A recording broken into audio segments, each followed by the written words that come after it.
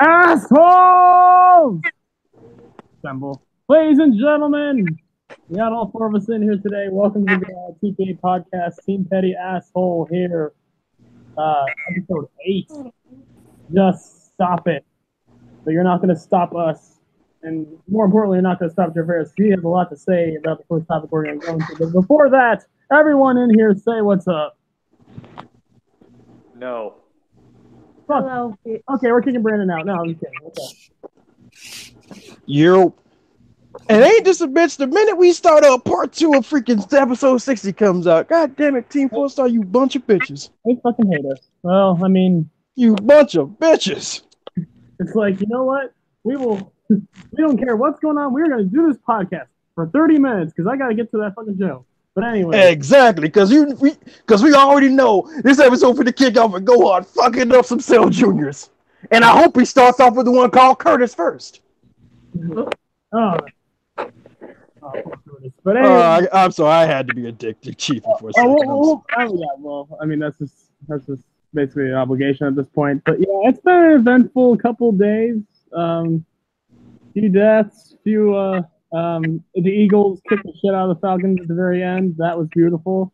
Fly Eagles fly. No one's a fan of Falcons.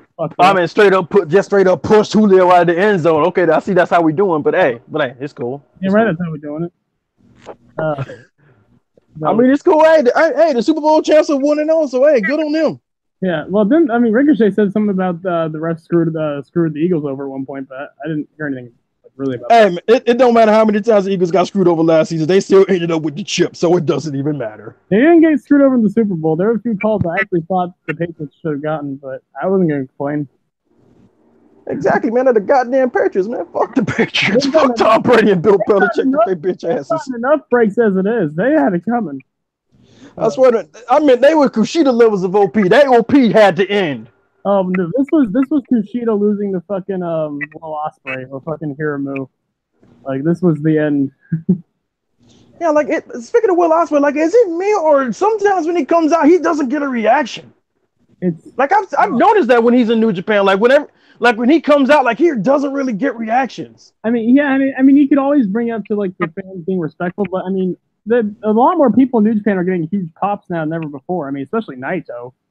Yeah, it's like the match he had at the menu with Hiramu. Hiramu pretty much got the pop of the night because everybody was behind Hiramu. Look at Hiramu. I mean, that's expected. I mean, yeah, Hiramu's gonna Hiramu, so Hiramu's gonna be like the over. I guess that's sad. I guess that's good. I don't really give a fuck. Well, I know. Yeah, you hate Will Ospreay. Like, Asia hates Will Ospreay until Will Ospreay does some freaky flippy shit, and she be like, "Oh, that's cool. Oh yeah, I don't like Will Ospreay. Fuck Will Ospreay." That was really cool. Fuck Will Ospreay. It's cute. It's good. I mean, congratulations. I mean, I just don't want to see Will Ospreay die doing all the crap he's been trying to do to elevate the junior title like he did with freaking Marty. Like he damn near murdered himself. Yeah, Jesus. Would you be okay if Will Ospreay canceled his Twitter? If Will Ospreay canceled his Twitter, would you be okay? Fuck left at this point. I mean, I think that's the main source of Asia's hate for Will Ospreay is his Twitter because Will Ospreay says stupid shit on Twitter. Yeah. Yeah, but Twitter in general is a gigantic dumpster fire. So I mean, you're not even wrong. You're not even wrong. You are not even wrong. It's so bad when you get caught up in this. Yeah, right. What is it now? The Sasha versus Brie fans now? You talk about sexual assault, then I will get on your dumb ass, bitch. Exactly. Yeah. Ospreay. I mean, as much as Asia hates Will Ospreay, I think even you would have to say that damn Stormbreaker finishing move is dope. Oh my god. But he's still a dumbass male with his dumb ass.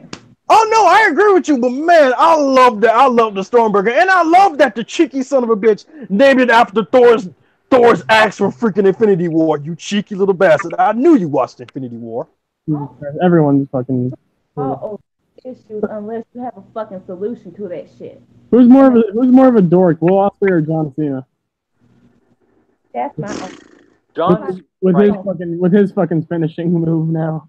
Oh yeah, because I forgot John Cena got the Heihachi breakfast. Oh god, I forgot about that. Yeah, to talk about Will Ospreay, I mean, it was. I understood like he did not word it well at all. I understood like there were people that like obviously like the Kobe Bryant case where they will like try to just drain the money out of famous people when they got raped, but Ospreay made it sound like all of them do that, and that's like that's a minority.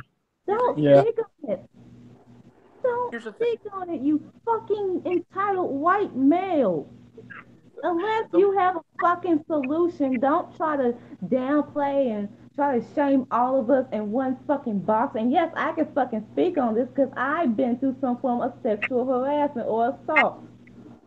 Well, I think with what Will was saying, But going to fucking school and yet someone, while I was on my period, they touched my no-no area and kept rubbing up and down. So yes, I can fucking go. And wait, this happened and you did not respond by kicking him in the nuts? No, because I didn't know what the fuck was going on. Oh wait, how old? Hey, Agent, see, that's why you and me should have went to school together, because I would have tapped you on the shoulder and say, here, do this. Respect my authority! And just kicked somebody in the nuts. I would have taught you in the ways of Eric Cartman. This was the age of before now. Traumatized. Now you kick the shit out of it, I'm guessing.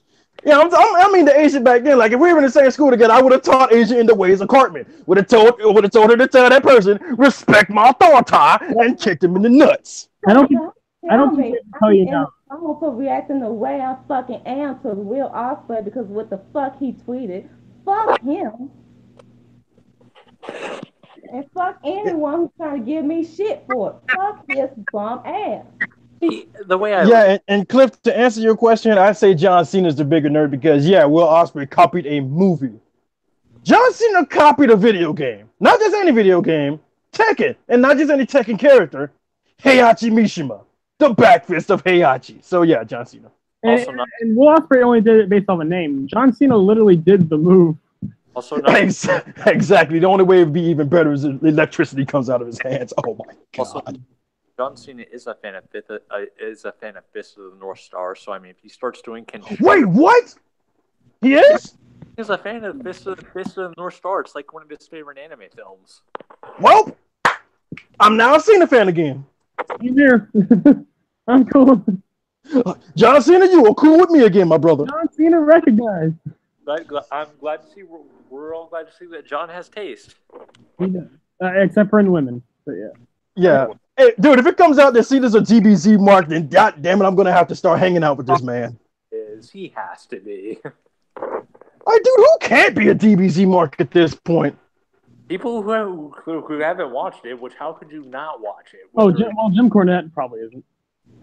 Well, Fuck Jim Cornette, he's too old. He wouldn't understand DBZ. I really do want to see Jim Cornette one day watch a fucking DBZ show and just like hate life. Oh, he will bring the ire upon millions of DBZ fans the wrath that he's never seen before. It's fucking DBZ bullshit. Yeah, no, we don't need that. We do not need that. The DBZ community is already toxic as it is. Oh, Jesus.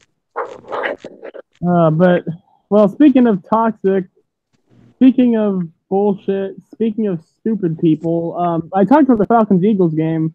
Not many people were talking about the game. They're talking about a certain advertisement that was made from Nike with Colin Kaepernick on it, and they said it was going to be controversial. Is it time? Yeah. Do I have to do this now? Let's just get it off our chest. Let's get it off your chest. Ladies and gentlemen. No. Let me do it. Ladies and gentlemen. Jarvis Carter. Ladies and gentlemen, ladies and gentlemen, the copy, Peter Griffin. It's time for a segment of You Want to Know What Grinds My Gears. In this episode, we're going to talk about the Nike boycott. AKA, white people getting mad that Nike advertised a black man that's protesting police brutality. So, here's what happened. Nike decided to put Colin Kaepernick, who should rightfully have been there, on one of their ads. And conservative white people got mad. They all out here ripping up their Nike products, burning them, because they're going to stick it to Nike, because how dare they get somebody that kneels to the flag.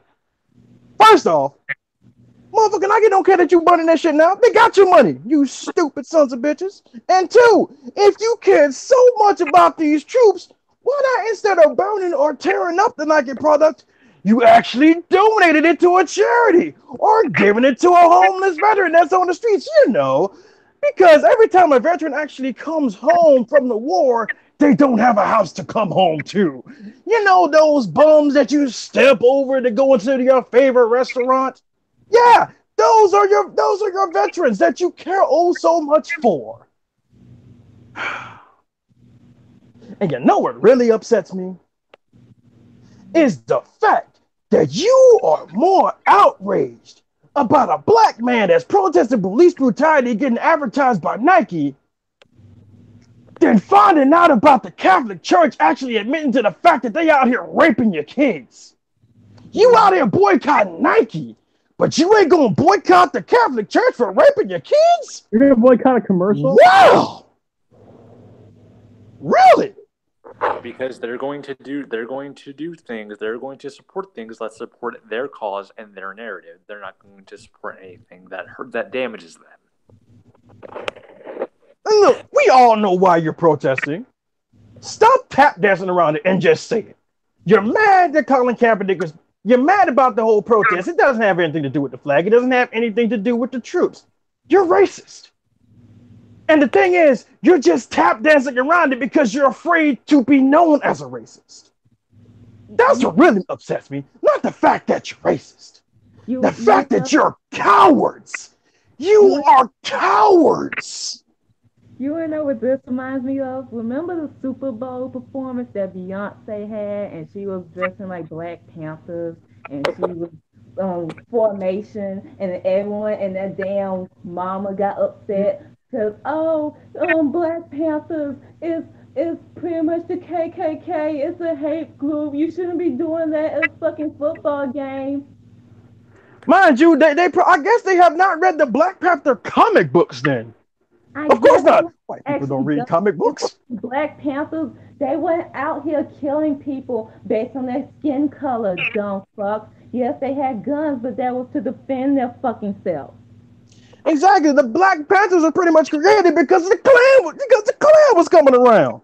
Y'all just afraid of black heritage and black power. That's what y'all fucking afraid of, and that black people are actually taking back what's theirs. That is the fucking issue because they don't want to hear about black issues. This country don't want to hear about that shit. They don't want to hear about police brutality. They just want to be fucking Americans and just watch their fucking football, the shitty ass football as that. NFL has been down for years. Let's get that straight. And again, they have such a problem. They have such a problem with all these players that are kneeling for the anthem. Have y'all forgotten that up until 2009, they weren't doing this? They only did it because they're getting paid out by the military. But hey, they don't care about that. When they watching football, they don't want to hear about that shit. They don't care. You think of course. Care? They don't care. And you want to know what you want to know the funniest part, Asia? The funniest part about all this? These motherfuckers have the audacity, the unmitigated gall to try and use the late great Pat Tillman to further their agenda.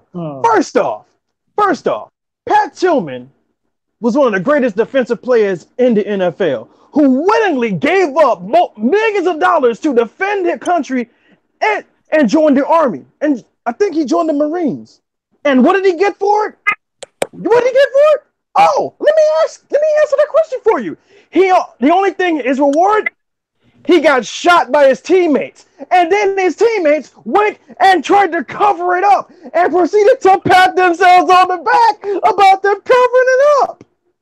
And not to mention, Drovers, to add on to your point, a buddy of mine who is in the National Guard, he stated before that, believe it or not, it's actually more respectful to kneel because it's actually a ceremonial thing soldiers will do as a sign of respect. Is you are supposed to respect their fallen comrades. Yeah, you fold the flag, I think 3/4, and then kneel.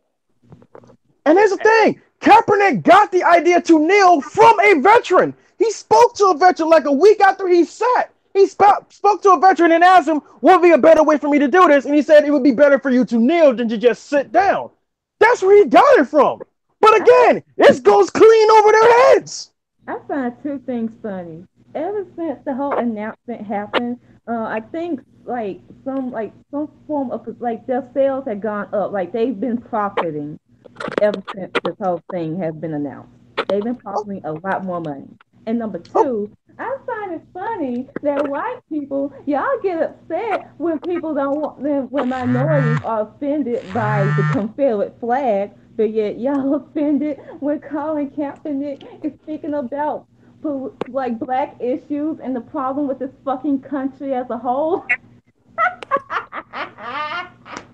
Because again, Shit. again, here's the thing. They're racist, but they're using the flag as this big barrier to avoid telling you that they're racist. When they've been disrespecting the flag longer and they be profiting off of that shit, the 4th of July, get the fuck out of here. That's why I'm not. You got you look like. You got Timmy. I'm not doing that shit. I ain't crying to tears for this fucking country. Y'all can kiss my ass on that. You got Tommy Lauren out here doing 4th of July photo shoots with wearing stuff that looks like wearing the American flag as a bathing suit, up here looking like a bruised banana. But hey, y'all ain't got nothing to say about that because she's a little white girl. Well, I rest my case. Oh yeah, and back to the Pat Tillman thing. Yeah, hey, all of you guys that are wanting to use Pat Tillman for your agenda. Yeah, Pat Tillman's family called. They said to leave his name out your fucking mouth because I told you about this once and they tired of telling you again. Leave his name out your mouth and it's trying to promote your own bullshit agenda. Because 9 times out of 10, Pat Tillman would have looked at every single one of y'all and looked all y'all in the face and said, if y'all don't shut the fuck up with y'all stupid asses. If he would still be alive, he would probably said so this is what I'm defending. Exactly, and he probably low key would have been ashamed of himself. He's like, I'm defending this. So we gotta give a quick shout out to Titus O'Neil because everyone is getting offended by the whole boycotting Nike shit. He asked all of them if they rather not burn their shit, just donate it to his charity. See, dude, Titus is the real MVP. Titus is the true MVP. Thank you. That is, dude. It doesn't matter. It doesn't matter where on the card he is. This man does everything he can for charity and all that type of stuff. Yo, shout out to Titus. If you're gonna boycott, at least do it for a good cause. Exactly. Like I said, instead of burning or tearing it up, which is only hurting yourselves because basically you just put hundreds of dollars right down the toilet. Just donate it. But his opinion don't matter. He's a jobber. And those same people saying that don't even have a job to begin with. Oh, hey, here's a news flash: wrestling and politics / real life are two different things. You do have some form of wrestling and some form of racism in wrestling. Yeah, we are not going to talk about Hulk Hogan, brother. No, we're not. But no, if I had the chance, I'd kick Hulk Hogan in the nuts with a pair of steel-toed boots. I'm just telling him off the bat, it's over. Yeah, Titus O'Neil's placement on a card of professional wrestling should have nothing to do with his opinion on race and this boycott shit.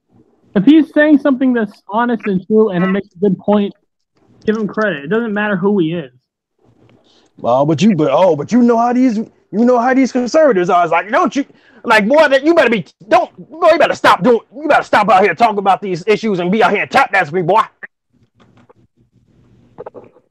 Keep slipping and sliding, Titus. Why don't you keep tripping and falling and dance? Here's the thing about that. You can't even use that as an insult because he got over because of it. Yeah. Exactly. Yeah. He got over. He used it and got himself over. Even when they tried to make him look like an idiot, Titus managed to get that over. White people, y'all suck. My mama told me this at the age of 5. I did not listen. She tell me everything, and I don't listen. I learn the hard way. Yeah, But yeah, this to sum it up and to finish my first and probably my only episode of what grinds my gears is quote white people will get more outraged about a black man talking about black issues than the Catholic Church using their own children as sexual objects. Their own. White people, get your priorities straight. You need to stop worrying about this dude, about Colin Kaepernick, and worrying about these priests touching on your kids. Oh, but it's their way of serving the Lord, I guess. Before they could get their priorities straight, they need to go find their own fucking culture for one, and stop saying the N-word. It's their way of serving the Lord. You know, I mean, the priests they're doing what they're doing as long as they agree with us.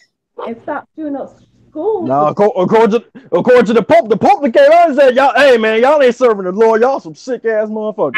We gonna find every single one of y'all, and y'all gonna be in trouble." It's like religion. Oh wait, you can control people. Oh goody, I'm in. So the last thing that I want to get in is since you can tell that a lot of times with these racists, a lot of time it's like the older generation, and I have a question for them. Did they never hear of a little guy, called I don't know, Martin Luther King Jr.? Did they not know who he was? You know, they only. They know who he was. Oh, they know who he was. They just chose to ignore him. And let's be honest, they were probably happy as hell when Martin Luther King got shot. Oh yeah.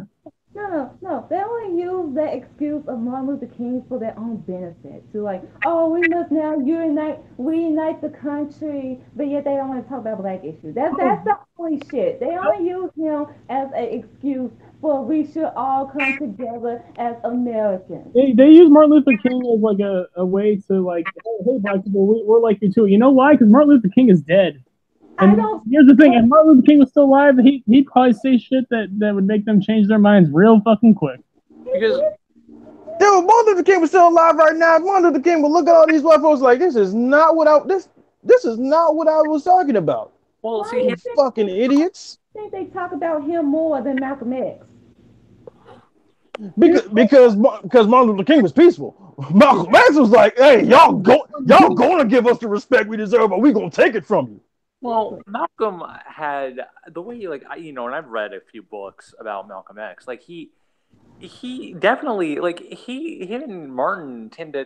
and King had like different views on how to get. They wanted the same thing. They had different ways of getting. They chose different paths to get it. And I agree with Malcolm X's views. At this point, I was on Martin Luther King's side, but at this point, like after the whole Hogan thing, I'm just on. It's Professor X and Magneto, pretty much.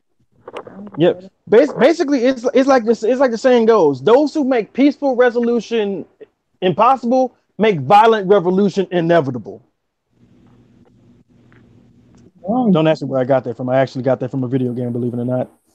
Hey, it's not wrong. And it works, doesn't it? It makes sense. So what you tell me is video games are educational? What? You mean video games can actually do anything besides making people violent? No, make people shoot each other. God, we gotta get rid of these evil, awful video games and have them go to the Catholic Church. And speaking of that, you know a guy from the NRA was actually blaming the guys that were down there in Jacksonville for wearing their little headphones for the shooting. It's like, y'all really tripping over yourselves to try and not get blamed for this, are you? Thoughts and prayers and then move on. Or it's thoughts and prayers and then let's ban shit. That has nothing to do with what the fuck is going on. Here's the thing. Here's my thing. Go ahead. Ban video games then. And then when someone else shoots up a school, what is going to be your excuse then? TV? Oh, go ahead. Ban that too. Somebody else shoots up another school? Oh, what's your excuse now? Music? Ban music. What now? There's nothing left. What do you have to blame now? I mean, they tried it with Manson. It didn't work. They tried banning Marilyn Manson. It did not work. Oh, yeah, that did fail miserably, by the way. The man himself will tell you banning his music did not work. Banning his music only made him more popular. But yeah, I want to go buy me some Nike Yeah, let's ban Marilyn Manson. Let's ban Eminem. Let's do all this shit. That'll totally help. But that'll do it for my episode of You Know What Grinds My Gears. Volume. Right. Grind my gears. Right. Moving on. Grind our gears. And like I said, man, I promised my mama I'd stop being such an asshole to stop doing this whole white people spiel, but y'all just had to push it. Y'all had to push it. Before this happened. Going on my white people spiel, for every single time I see a black person get shot, every single time I have to see a white person say the fucking N-word, every single time a white person tries to tell me that cultural appropriation is just stealing. It's not. I'm sorry, Asia, but I promised my mom, and plus she's going through her radiation, so I don't want any more stress on her. So I promised her. People. I'm fighting at this point. We're fighting in the streets. I'm being your fucking ass. I'm not gonna pay your fucking bill, and I'm gonna expose you as a fucking racist. Screw it. If the race war eventually happens, I'm catching somebody with the one-winged angel. I ain't got time to be peaceful at this point. It's over now. Traverse, does she listen to this live? No, she knows of it, but she doesn't listen to it. Okay, good. Right, yeah. But she's heard you, like, she heard you from, like from another room, and then she's like, hey, Jarvis, stop it. Yes. Oh, shit, yeah. We're going to have you whisper. You should show your mom one of our episodes. No. I ain't showing my grandma this. I ain't showing. What part of I don't want to put more stress on my mom did you not understand, sir? Exactly. Yeah, let's not do that. Well, yeah, but yeah, dude, like again, to you Nike boycotters, either give money, either sell your shit and make a fucking use of the world, or be like Nike and just stop it. Fuck off. And the thing is, Nike don't care. They already got your money. Yeah, they made a profit, so it worked. They win. Fuck you. Like, if I was a Nike spokesman, I would literally just tweet out, "You think this hurts? We already got your money, you idiots." Yeah, this profit really sure does hurt. Oh man, all this money here. It's like, all this money and all these white tears. It hurts so bad. And ladies and gentlemen, if you're wondering, typically this is a wrestling podcast, but the wrestling news was kind of light this week. So hey, I didn't. The quote Eli Drake, "Y'all a bunch of dummies." Yeah, dummies. But again, the title of this episode of this podcast is not a wrestling podcast. It is Team Petty Assholes. We can talk about anything. Anything and everything. As long as we're petty and we're assholes, and we do just that. Yeah, because we love talking about dummies. So, in the world of gaming, ladies and gentlemen, for all of our video game fans and fanatics, we might have to bring Jarvis again for his own shit. Oh, God damn it. Fuck my life. I gotta turn your mic up, Asia. I can barely hear you.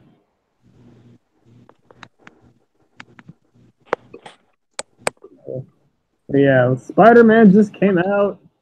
The game is so good. It looks amazing. You can do selfies while people do shit out of you. The graphics look amazing. I haven't bought it yet because Fire Pro has taken over my life. Dude, I have this and NBA Live 19. So, by the way, it's 2K Day, everyone. It's 2K. Oh yeah, 2K did came out. 2K did come out today. Dude, did you see what I posted? Someone when they got the game, they got -1 VC. Oh, and here's the thing. When people were playing the Prelude, apparently there was this glitch with VC where Sony and Microsoft would dead ass take the money and not give them the VC. So basically, 2K during the Prelude took people's money and didn't give them no VC. I was like, oh Lord. That's 2K. So I was like, wow, 2K. So y'all just done with the old VC stuff. Y'all just taking people's money now. Yeah, we're giving loot. We want the loot crates to be there for the people. So. Oh yeah, the loot crate thing. Apparently, 2K out here writing a letter begging the fans to allow other states to bring back loot boxes. What? Is Vince McMahon running this shit? When 2K started doing WWE games, did Vince McMahon just take over? Only Vince would say something like, "We're here to take your money for you. It's what the people want." He's like, I'm like, 2K, y'all really think these people gonna actually advocate to their government to get them to bring back loot boxes so y'all can get extra money in y'all pockets? Man, if y'all don't sit your asses down, Lord. Unreal. So Spider-Man wins. Spider-Man clearly wins. So I am so glad that Spider-Man is not a part of 2K. Thank God. Spider-Man. Can I just say about the combat? I was actually surprised how the dodge worked, because if you remember the Amazing Spider-Man, the Spider-Sense dodge was actually like a counter, whereas with this game you actually have to dodge. I really appreciate that. Yeah, and plus, like if you can upgrade it to the point where not only does Spider-Man a dodge, but it'll also, while he's dodging, you'll shoot a web and basically immobilize the guy that tried to hit him. Oh, it's so good. Dude, I already had like six upgrade skill points because I pre-ordered it. I'm like, oh, dude, this game is so good. They actually, rewarded you and didn't take your money, and didn't steal your fucking. Seriously, someone got -1 VC. It's like houseway. Exactly, like houseway. How 2K? How y'all gonna straight up steal people's money like this? How do you get VC? Like my boy iPod King Carter. iPod King Carter. He had it on his channel. He went to buy VC, but I think was it the $99.99? Yeah, the $99.99 VC thing. He didn't get the VC. Next thing you know, he got an email. Come to find out, Sony charged that man $100 for absolutely nothing. I was like, oh my Lord. Okay. He said like he filed a claim, and then they sent him just generic 2K messages, and they wrote in bold letters, you any bogus claims will be reprimanded by either a ban, suspension or ban. I was like, wow, 2K y'all some hoes. 2K a bunch of hoes. You know what the worst part is? 2K is still going to remain as popular as ever. Yeah, they still gonna make a bunch of money because 2K19 from the looks of it looks better than 18 was. I guess, but still, this shit is not. It's unacceptable, especially after the past 2 games. You need to fucking oh man. As long as the story mode is not fucking complete ass this time. I mean, it's okay. Basically, the story is basically you not getting drafted, you going down to China, working your way up to the G League. Then you eventually work your way up to possibly like the last game in the NBA. I love the ideas of some of these storylines. It's just the dialogue that's just written so fucking awfully. I mean, they got a bunch of people for it, so maybe it'll be better. I don't know. Yeah, I'm not gonna buy it. I mean, I hear it's good. Yeah, but I'm not getting the fucking $100 version, especially if they steal my fucking money. Hell no! I ain't breaking out $100. No. So, real quick about Spider-Man once again, can I just say, I want my Buddy Cop Yuri Spider-Man DLC. Give it to me, Insomniac, please. Buddy, I'm telling you, it ain't happening. Yuri hates the Spider Cop. I'm telling you, all right, Brandon, you'll get it. You'll get it, but about like 5 minutes in, Yuri's gonna try and shoot Spider-Man in the head.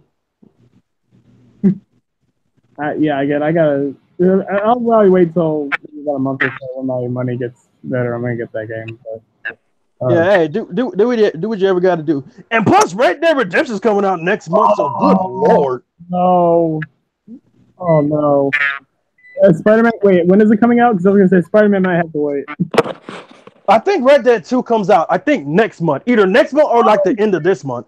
Because I'm hearing it might be at the end of this month. Well, bye. Well, sorry, Spider-Man. You're gonna have to wait. Sorry. See, the game I'm saving up for is Devil May Cry 5. Like, goodbye. Oh, dude, that's not coming out till probably spring next year, man. You got time. Yeah. You got time. You have time. Well, I mean, Spider-Man. No, as a matter of fact, it's August of next year. Never mind, it's August of next year. You have plenty of time. Literally almost a whole year. So yeah, I'm gonna keep talking about it, definitely. Okay, Asia. What do you have to say about all these games that are coming out that you unfortunately cannot get because you have an Xbox? No, wait, you can actually. I think she can get Red Dead though. Yeah, she can get Red Dead too. You're good on that. You're good on that, Asia. Yeah, you're good on Red Dead. Okay. I feel lonely. Wait. Yeah, but more than likely, the Spider-Man game. There may be a chance the Spider-Man game could be out on Xbox, depending on how much money they'll make off on PlayStation 4. So did you play? I got a question for Asia. Did you play the Red Dead Redemption game on PS3? No, because I did not have a PS3. Okay. Do you know? Oh, you probably gonna have to fresh up on that. Then. You know, it's made by the same company that makes Grand Theft Auto. Yeah. So, and some people were saying even then, like Red Dead Redemption for PS3 was better than GTA 4. I mean, I can't even lie. They're probably right. It's the story. Well, both the stories are amazing. It's some of the best stories Rockstar's ever done. Dude, they did John Marston so damn dirty. Oh my god, they did him so dirty. I don't even want to give it away because I mean, yeah, if anyone hasn't, like, I'm not gonna give it away, but I was just like, when it happened, I was like, man, you raggedy mother. Ooh. I was so mad. I didn't even when I first played it. Like, I didn't even finish the game. I just turned the game off. I was like, nope. You I refuse. You knew it was, I played the whole game. I was just I knew like something was telling me, it's like, wait a minute, this is just too easy. Like, you just gonna let me do all this and you gonna let me go on scot-free. And then when it went down, I was like, I fucking knew it. I knew it. And then he opened up the doors to make his last stand. Like, yeah, I can take these motherfuckers. Like, this ain't gonna work. This ain't gonna work. There's too many of these motherfuckers. There's too many of these bitches. I'm gonna die. Well, I mean, at least you got the zombies one after that, so you can act like it's like it just got retconned, like it never happened. Yeah, there you go. Exactly. Like, but dude, like it was so dirty. I was like, you motherfuckers. That was savage. Like even in the Western times, the government proving that they ain't shit. Yeah. Oh yeah, they've never been shit. They did them fucking. They fucked them over. God damn. I cannot wait. Oh yeah, but can I just say, Devil May Cry 5, I love Grandpa Dante. Oh yeah, I'm gonna love it. Especially since he uses his motorcycle as a freaking weapon. Well, you guys want to talk any more about video games, or do you finally want to get into the? Well, there is one thing about wrestling. I finally did watch the Kenta versus Marufuji match. Oh, that was an hour that I enjoyed. God damn. It started out slow. I noticed today Kenta's style has definitely gotten more methodical, but I actually kind of like it. And then right around I think 30 minutes in, we got the old Kenta back, and I'm just like, oh my god. Yeah, it was like 30. It was like 30 minutes in. He was like, yeah, this Hideo style ain't working. Let me revert back to Kenta real fast. Hang on 1 second. Which, can I just say, I love how Marufuji looks like Shinsuke Nakamura. Yeah, I said that in the thing too. I was like, this is like 2014 Nakamura's twin. I swear. Like, dude, and the thing is, I love when Hideo came out, he got the biggest pop in Japan. I was like, that's cool. I'm glad. I'm so glad. He's literally a god in Noah. Like how much he was missed is. And he killed. I knew they missed him, but man, they showed how much they missed him. No, dude, the screamers he got. Dude, the streamers him and Marufuji got. I was like, dude, this like all those streamers in the ring. I was like, yeah, this is gonna take a minute to get all these streamers out of here. Oh, the color coordination and everything. It was beautiful. Even though I don't understand a lick of it, Japanese commentary to me is way better than English commentary because they're so passionate about everything in a match. It's great. Especially Noah. Like the Noah guy. Yeah. They were really getting into it. And I'll take it over 2 minutes of silence with Kevin Kelly and Don Callis. Here's the thing. Callis and Kevin Kelly have their moments. Yeah, but like compared to the Japanese guys, they're always on they're always at 100 from beginning to end. Like, yeah, it's like when listening to Marlo commentate, you wonder, like, they're working just as hard, if not harder, than some of the wrestlers. Yeah. Like, that's crazy. Especially when you see the videos of his reactions at the takeovers. Like, yeah, man, Marlo be on 200. Jesus Christ. Like a Japanese commentator calls a big move, and I'm gonna butcher this. Dragon Suplexer! Dragon Suplexer! Dragon Suplexer! Like, they just freak out. It's the best. Yeah. Because you feel it. You feel that yell. You can feel how much they feel and how much like when they emote. Like it's like it's the word. Like it spreads over. Like their enthusiasm it spreads to us, and it's like damn like the shit in the ring's crazy. They're going crazy over it. It's like everything's madness, you know. Yeah, and since we're talking about Japanese wrestling, I saw this video from Brian Zane talk about top 8 best wrestling comebacks, and that was one of Liger. It said that Liger, I never knew that Liger had a brain tumor in his head. Oh, I never knew that. Yeah, he did. Liger is god tier. Let's just I never knew Liger had I never knew Liger had a brain tumor. Liger is low key the greatest of all time. Like the thing that kind of rocked me the most was the whole thing about Tanahashi getting stabbed was actually true. I thought that was bullshit. Has anyone in wrestling history have the longevity of Jushin Liger? No. And I don't think anyone. I think the only person that comes close is Tanahashi. Or Suzuki. Yeah, or Suzuki. Well, speaking of Tanahashi, like I always thought that whole thing about Tanahashi getting stabbed was bullshit. Yeah. Apparently, it was very true. Well, actually, no. Actually, Cliff, Suzuki and Liger aren't the only ones, and Tana aren't the only ones. You could also maybe put Ric Flair in that category. Oh yeah. Oh, you're not even wrong. Yeah. But like, let's not forget Kenta Kobashi, because up until he retired, God, dude took about like what 3 months off after he got freaking on treatment for cancer and came right back. Yeah, dude. Jesus, I mean, like Jesus Christ, man. Now, to be fair, I can't really name you much of Kenta matches out like that are later than 2006, but I mean that's mostly just on me. His match with Samoa Joe and Ring of Honor was god tier. Well, that was 2005, yeah. So like I remember 2005, 2006 were like the years where like those are like the last great Kenta matches I saw. I knew he was wrestling, I just never really like heard much about like his matches, but he was always great, and just his longevity as well. Like Jesus Christ. Yeah.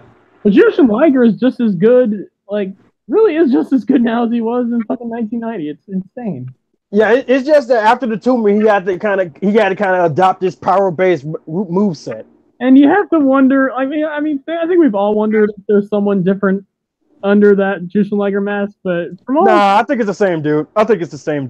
It looks like the exact same. Like the build's the same. Yeah. The way he does moves looks the same. It's like yeah. Yeah, I'm pretty convinced it's the same dude. Yeah, that's incredible to me. Have we ever seen him like? I'm sure there's been pictures of him, Jushin Liger, unmasked, but I haven't seen them. They have, and I think Jericho took a picture with him unmasked at one point. Oh, I gotta look that up. I think it's on his Instagram somewhere. Awesome. But I'm gonna talk about this Tanahashi getting stabbed one time, and I'll get it over with. So yeah, Tanahashi got stabbed by his ex-girlfriend. Oh. At the time, she used to be a reporter, and she stabbed Tanahashi with the intent of killing Tanahashi and killing herself too. It didn't work out because Tanahashi lived. And he came back about 2-3 months later and wrestled. And won the IWGP Heavyweight Championship. Tanahashi's mental. Like I'm sorry, I love Okada, but man, Tanahashi's the GOAT. You come back 2 months after getting stabbed, and then go on to win the World Championship. Stabbed with the intent of getting killed. Like, dude. Wait, where did he get stabbed? I don't know. I think he said he got stabbed in his abdomen and the back. I think. Oh God! If that's true, good Lord.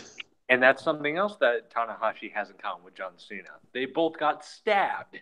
Oh God. Yeah, but the difference is Cena was stabbed in kayfabe sense. Tanahashi's ass got stabbed in real life. Don't bring up Jesus. Okay, real quick. I love how in the WWE they saw attempted murder. Yes. By wrestling. Yes. great. I always had a problem with that. It's like, wait, no.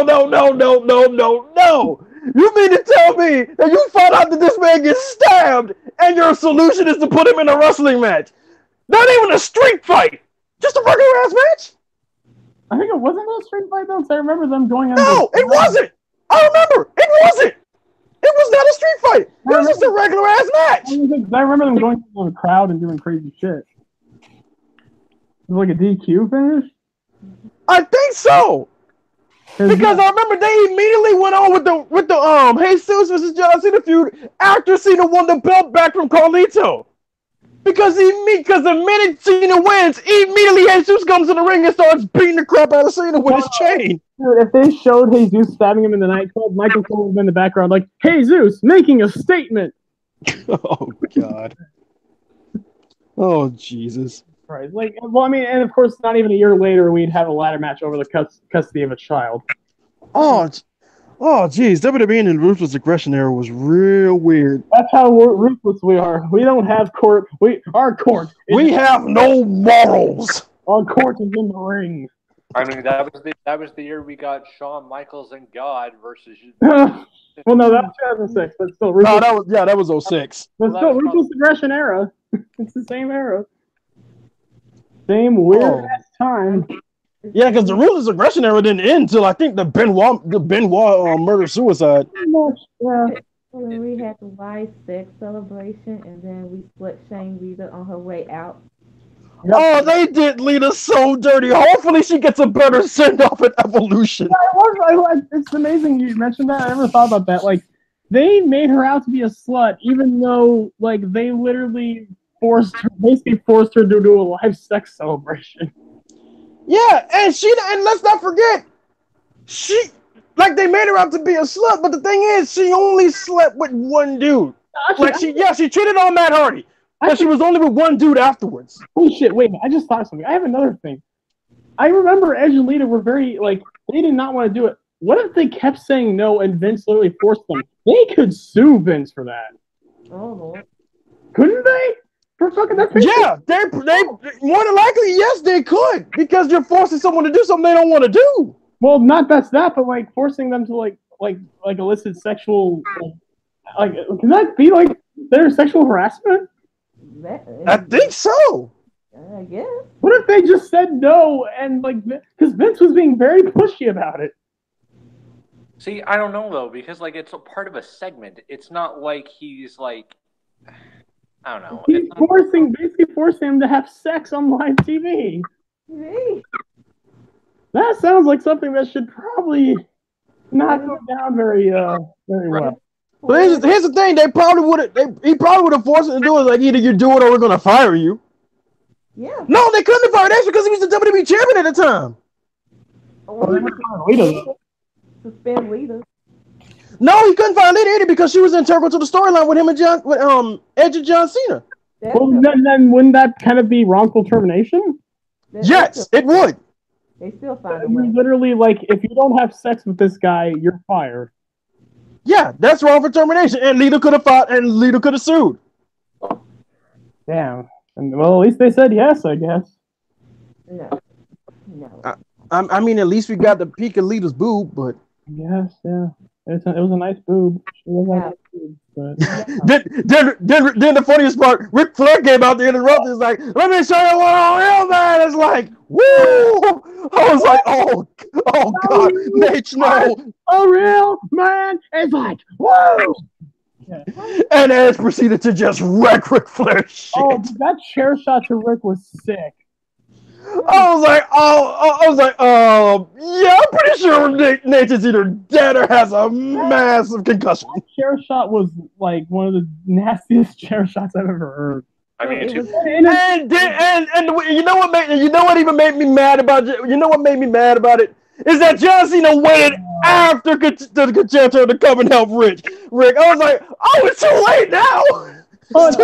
Oh, thanks, John. Seeing as how I'm busted open, bleeding, and about my skull's about to fall off my head, thank you for saving me.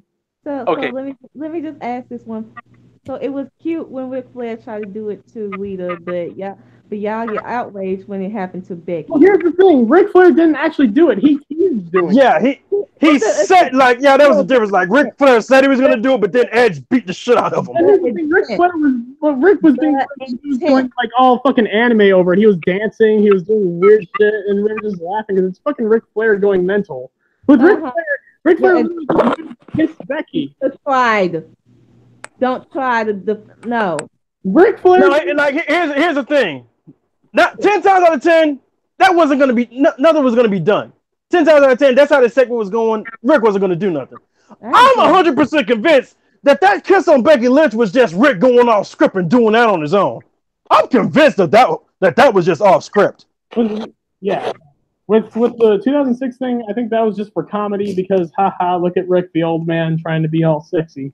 Yeah, like haha, look at Nate trying to be all space mountain and shit like that. I get your point, Asia, but like the thing was like what Rick was doing with Lita, that was a part of the script, and basically we kind of knew that that shit wasn't gonna happen because Edge was literally right there. Still the intent, no matter if it was in script or not, it's still. Yeah, I get what you're saying about the intent. Yeah. Shit. But it's not as messed up as when we actually see it happen, and the fact that it wasn't probably on the script. And Rick was just being a fucking pervert. If it just stops or not, it's the intention. He still has the intent on doing it. Yeah, they're both bad, but. And besides, in 2010, I was a juvenile piece of shit. Of course, I was gonna like that shit. 2006, hell yeah. Well, 2007, this was like I think 2 episodes before I started watching. I started watching in January of 2006, but it was like in the middle of it. So Dude, I started watching wrestling in '95.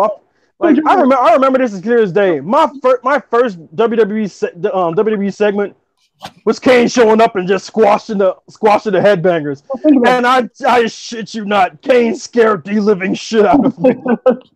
Yeah, and seeing Kane, seeing all right, this dude in a mask coming out and just straight up bodying Martian Thrasher had me terrified. It was late 1997, early 1998, right? Yes. So yeah, this is Kane. I was about 4 or 5 when that happened. And this is Kane at his peak, dude. This is the Kane. This is a nightmare. I think this is even before he won the title for the first time. Yeah, it is. This is probably before his match with Undertaker at WrestleMania. Yeah, it was. This is before he even lost a match. Yeah, he was undefeated around that point in time. Yeah. Kane just comes out. I mean, he just straight up he gave Martian Thrasher the hands. I was like, oh my god! Think about I am literally hiding behind a chair in my den. Like, is it over? It's weird. I just have to say this one thing though. It's weird to think that I was like a couple weeks late from the episode with the live sex celebration being my first episode of professional wrestling that I watched. Oh Jesus! I don't even know if I would have still been watching wrestling if that was my first thing I saw. You would have still watched. Oh, I probably would have watched even more. But yeah. Yeah, Cliff probably would have watched a little bit more because he thought he would have gotten the more titty.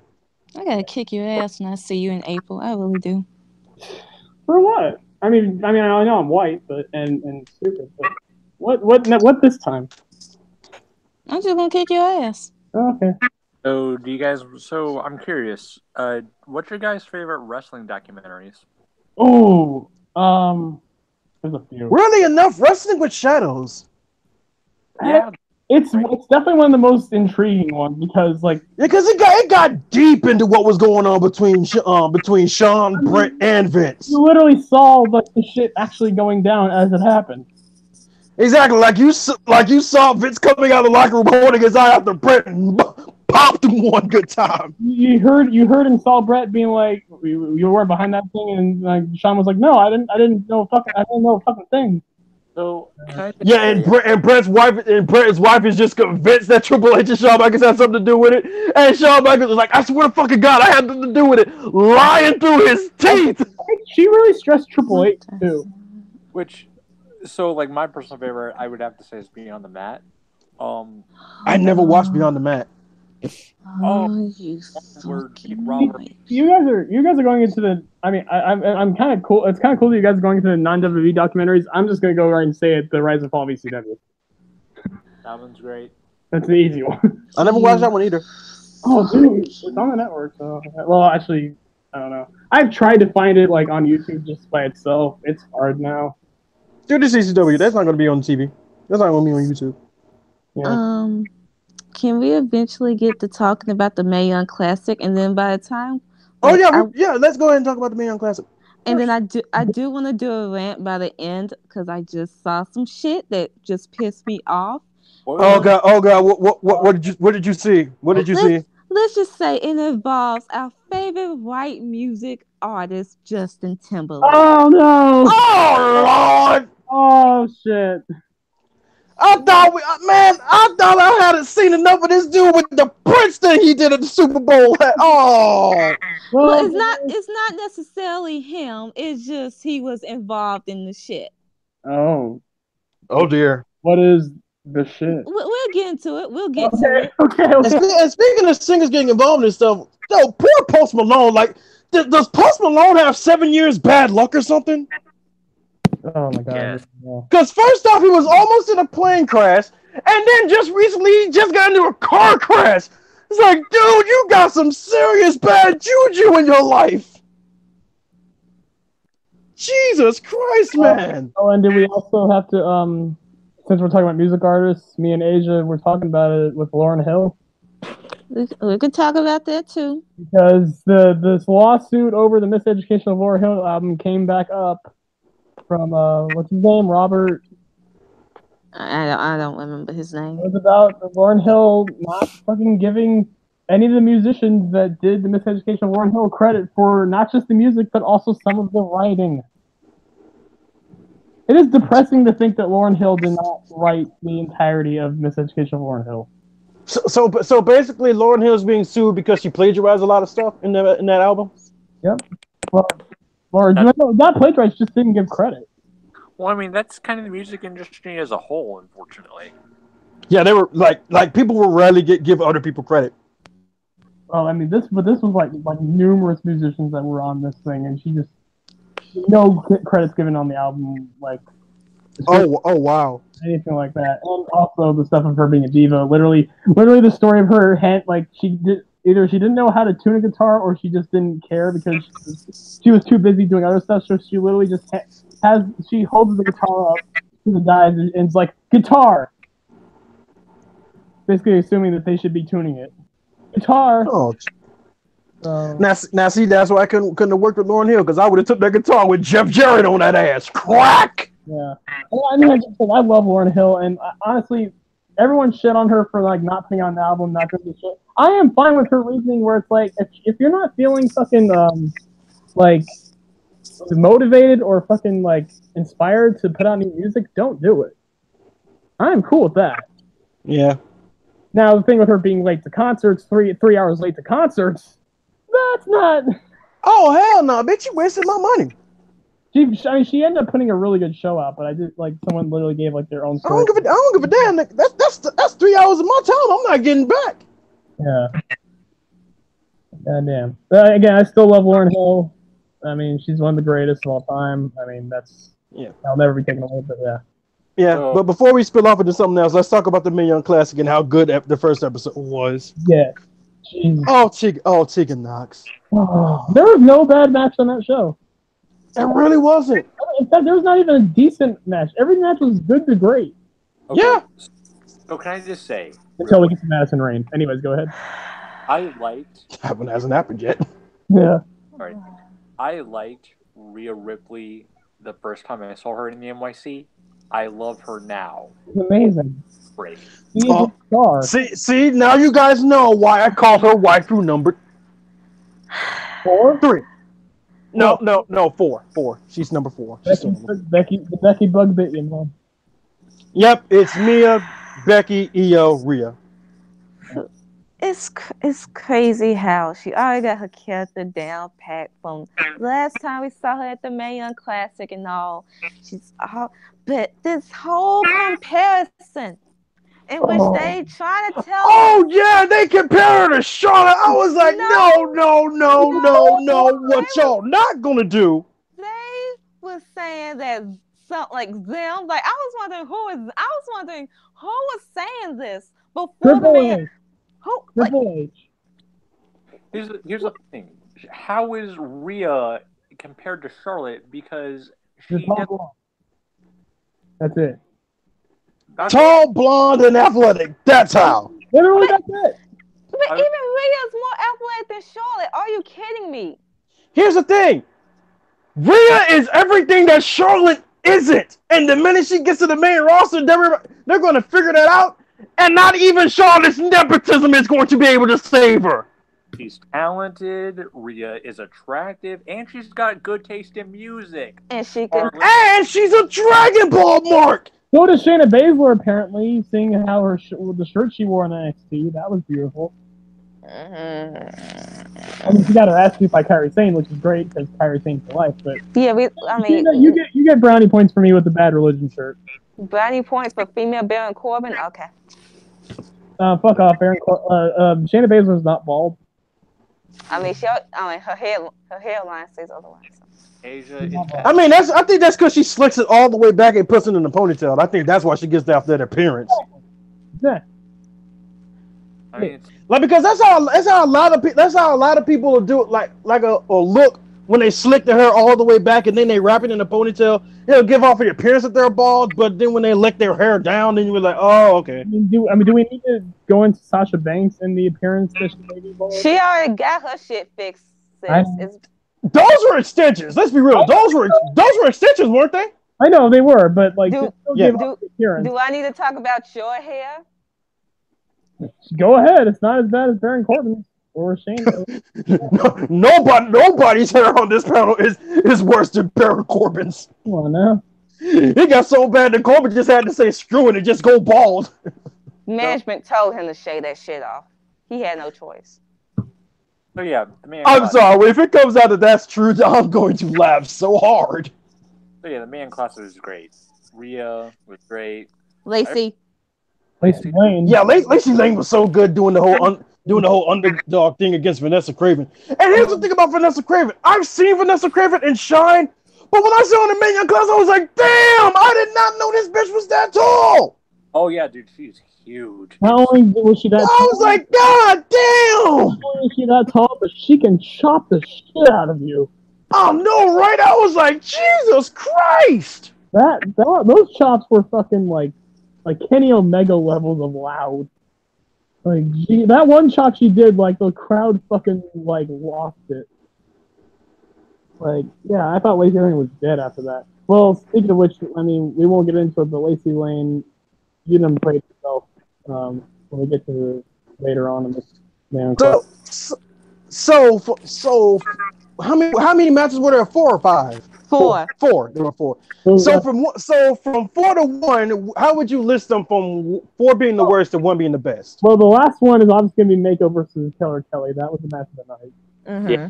Yeah, I say Mako versus Killer Kelly was number 1. That match was real good. What would I even say was the worst match in the show? I'm gonna say Tegan versus Zatara. I kind of have to agree because it did slow down a little. It did get slow a little. I'm kind of MJ Jenkins is okay. I mean, I honestly, to me, I put Rhea versus MJ in number 2 because Rhea. I love Rhea, so. Yeah, I can't. Yeah. Right. Well, I mean, between Rhea and MJ Jenkins, it was pretty much just a showcase for Rhea. So Yeah. Well, so was the second Knox match was kind of like that. Dude, that freaking dropkick Rhea put out when MJ Jenkins was trying to springboard back in the ring. Good Lord, I thought she was done right there. I was like, yep, bring out the stretcher, get that girl a Z-Pack. Rhea Ripley's gonna be huge. Like, dude, that's not even funny. Rhea Ripley and Toni Storm, like, you want your fucking hot blondes? Like, there you go. There you go. And they're ridiculously young too, so it's not fair. Again, it's not fair. Yeah, because I think Rhea's like 21. She's 21 or 22. Yeah, Tony's 22. Tony's like 23. Oh, okay. Still ridiculously young. Yeah, for both. for how much she's done. Yeah. Yeah, like, and what was the third match again? Oh, dang. That memory of them bad. And, Yeah. and let me say this about Killer Kelly. I love that her inspiration is Kane. I'm like, wow, Beautiful. that is amazing. Wait, And you wait. know, if she does get signed to WWE and she gets called up, you know the diva stand's gonna be mad. It's like, how is she not gonna have one of our stand? How the woman even stand as her inspiration? Like, because they didn't do nothing to inspire her, obviously. Oh wait. Let's think about this, Jarvis. Maybe Well, she was inspired. Maybe the first thing she saw was the Kane segment where he chokeslammed the Bushwhackers. Maybe you two have something in common. Wait, No, it was no. You talking about the segment that I saw in my first time watching wrestling? Yeah. No, it wasn't the Bushwhackers. It was the Headbangers. Headbangers. Mosh and Thrasher.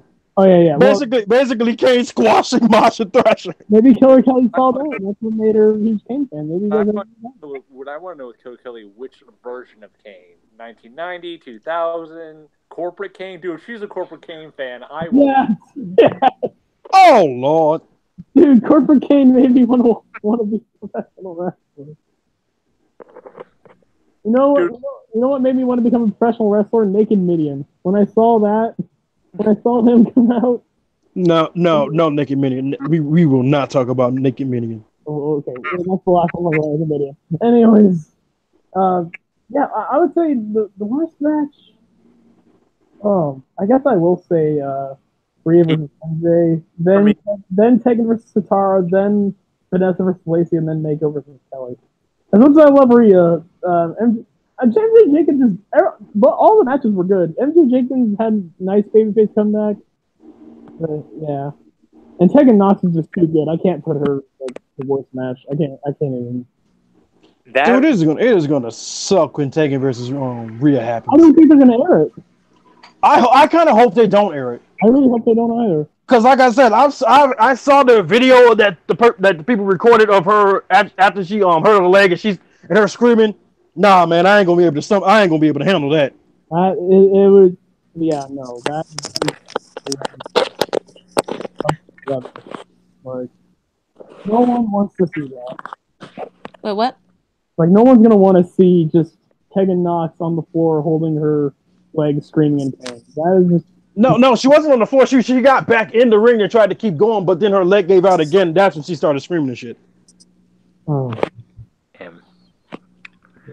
And it made Rhea. And like when she was doing the screaming, like there was no sound. Like you could literally have heard a pin drop in that arena. Like everybody was just dead silent. And it made Rhea a fucking mega heel, which. It gave her all kinds of heat. And here's the thing: as we saw in the first match, she was already playing the heel.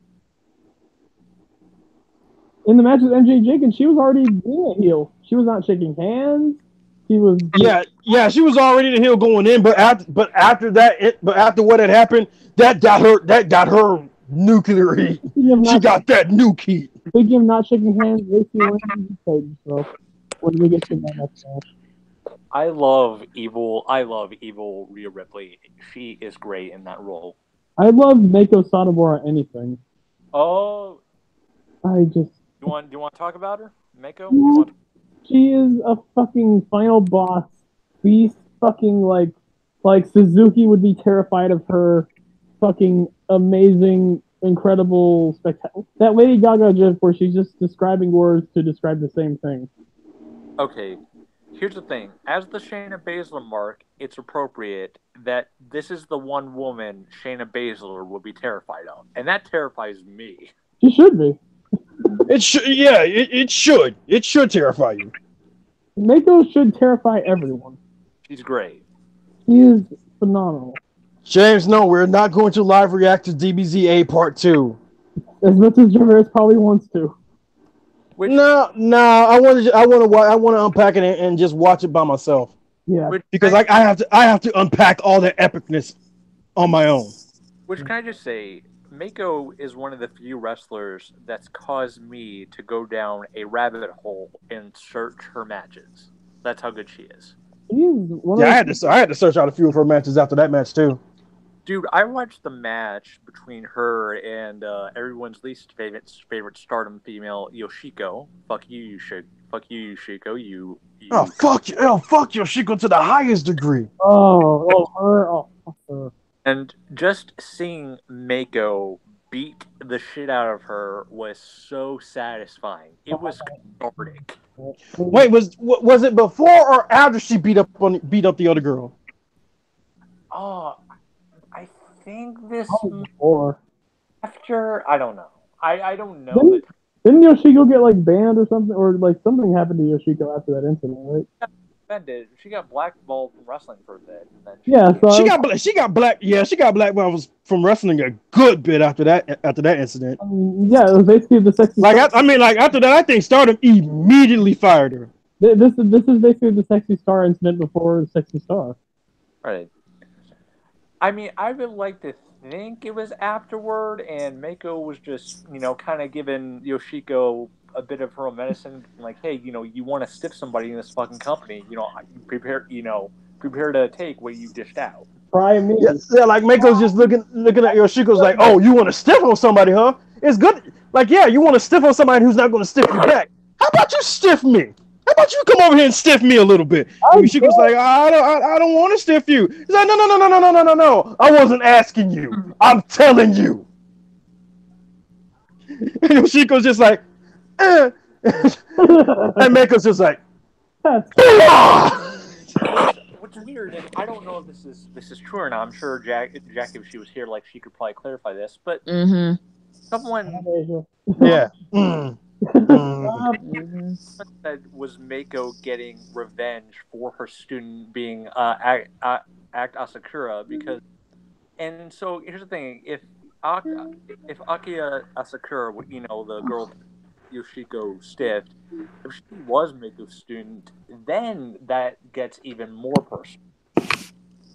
Oh yeah, if that actually was Mako's student, Mako was gonna give Yoshiko the hands. I'm gonna ask Jackie that actually later on because I have to ask her that now.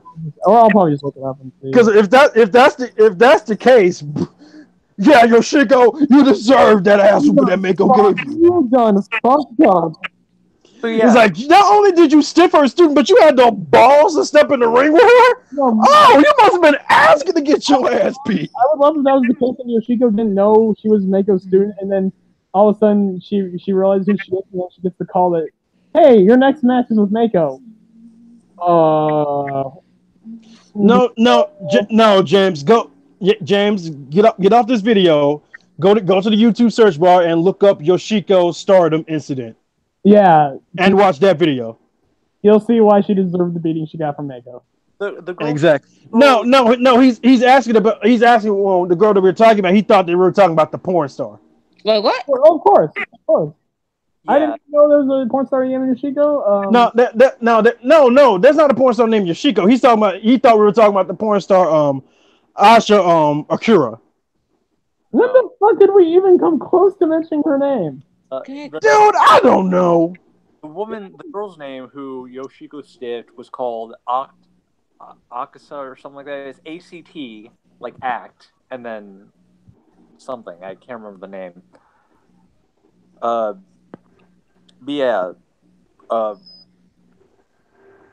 Like Yoshiko stiffed the shit out of her, and then Mako proceeded to actually legitimately choke the shit out of Yoshiko. Okay, I have to find this match now. I don't know if it was, but I'm gonna type it right. Mako versus Yoshiko. It's like here's the thing. It's not only the fact that Yoshiko stiffed this girl. She stiffed her to the point where the girl had to retire. This girl had to retire because Yoshiko beat the brakes off this girl. Like a 1 minute match and just beat the shit out of her, bloody to a pulp, and she was smiling about it. The girl was bloody. Her eye was all types of swollen. I was like, yo! What did she do? Like, when I first saw this incident, I was like, yo! What did she do to you? Exactly. Like, what? Where's the cop?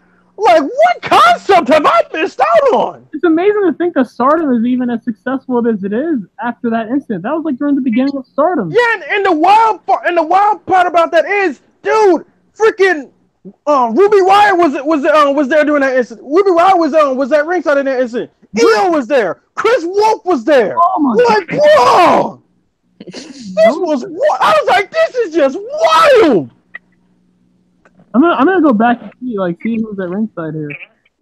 Oh, I think Like, I don't know. I might not be right about Io, but I know for a fact Ruby was there.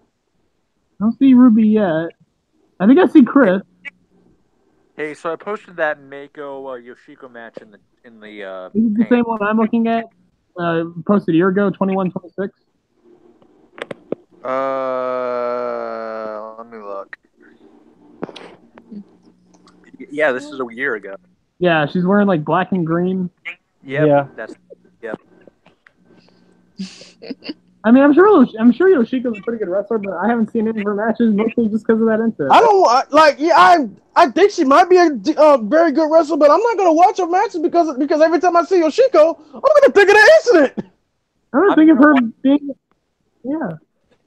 Here's the thing: I'm gonna watch her matches just to cheer the other person. Honestly, a part of me wants Suzuki to be in the ring with her and have Suzuki stiff the shit out of her. I want Saraya Knight to be in the ring with her. So yeah, if you guys,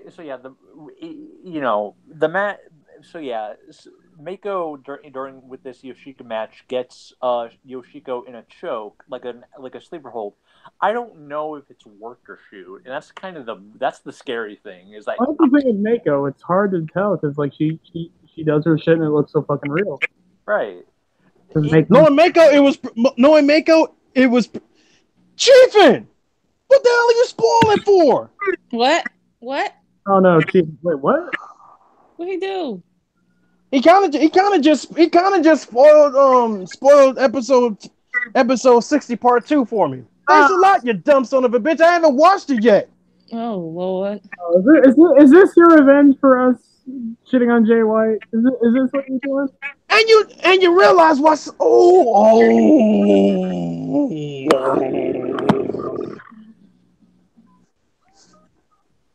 I might have to get on a plane and fly to his house and punch him in the face now. Well, since we are done talking about the Mae Young Classic, I would like to do like a mini rant on the women of like the Brie Bella thing. Like, I want to test that shit. By all means, go right ahead. Wrestling Twitter part 657. So the Bella twins, they made their return 3 years since they last had a tag team match together. And jobbed the Riot Squad out. Yeah, it happened. I mean, it's John's fault because he wanted to abandon Boss Pirates for Ruby and Kyrie. Oh, fuck off, Ruby and Kyrie. Wait, he did? Oh, John, you piece of shit. I think he wanted Pirate Riot. Pirate Riot, my ass. Why? Here's the thing. Ruby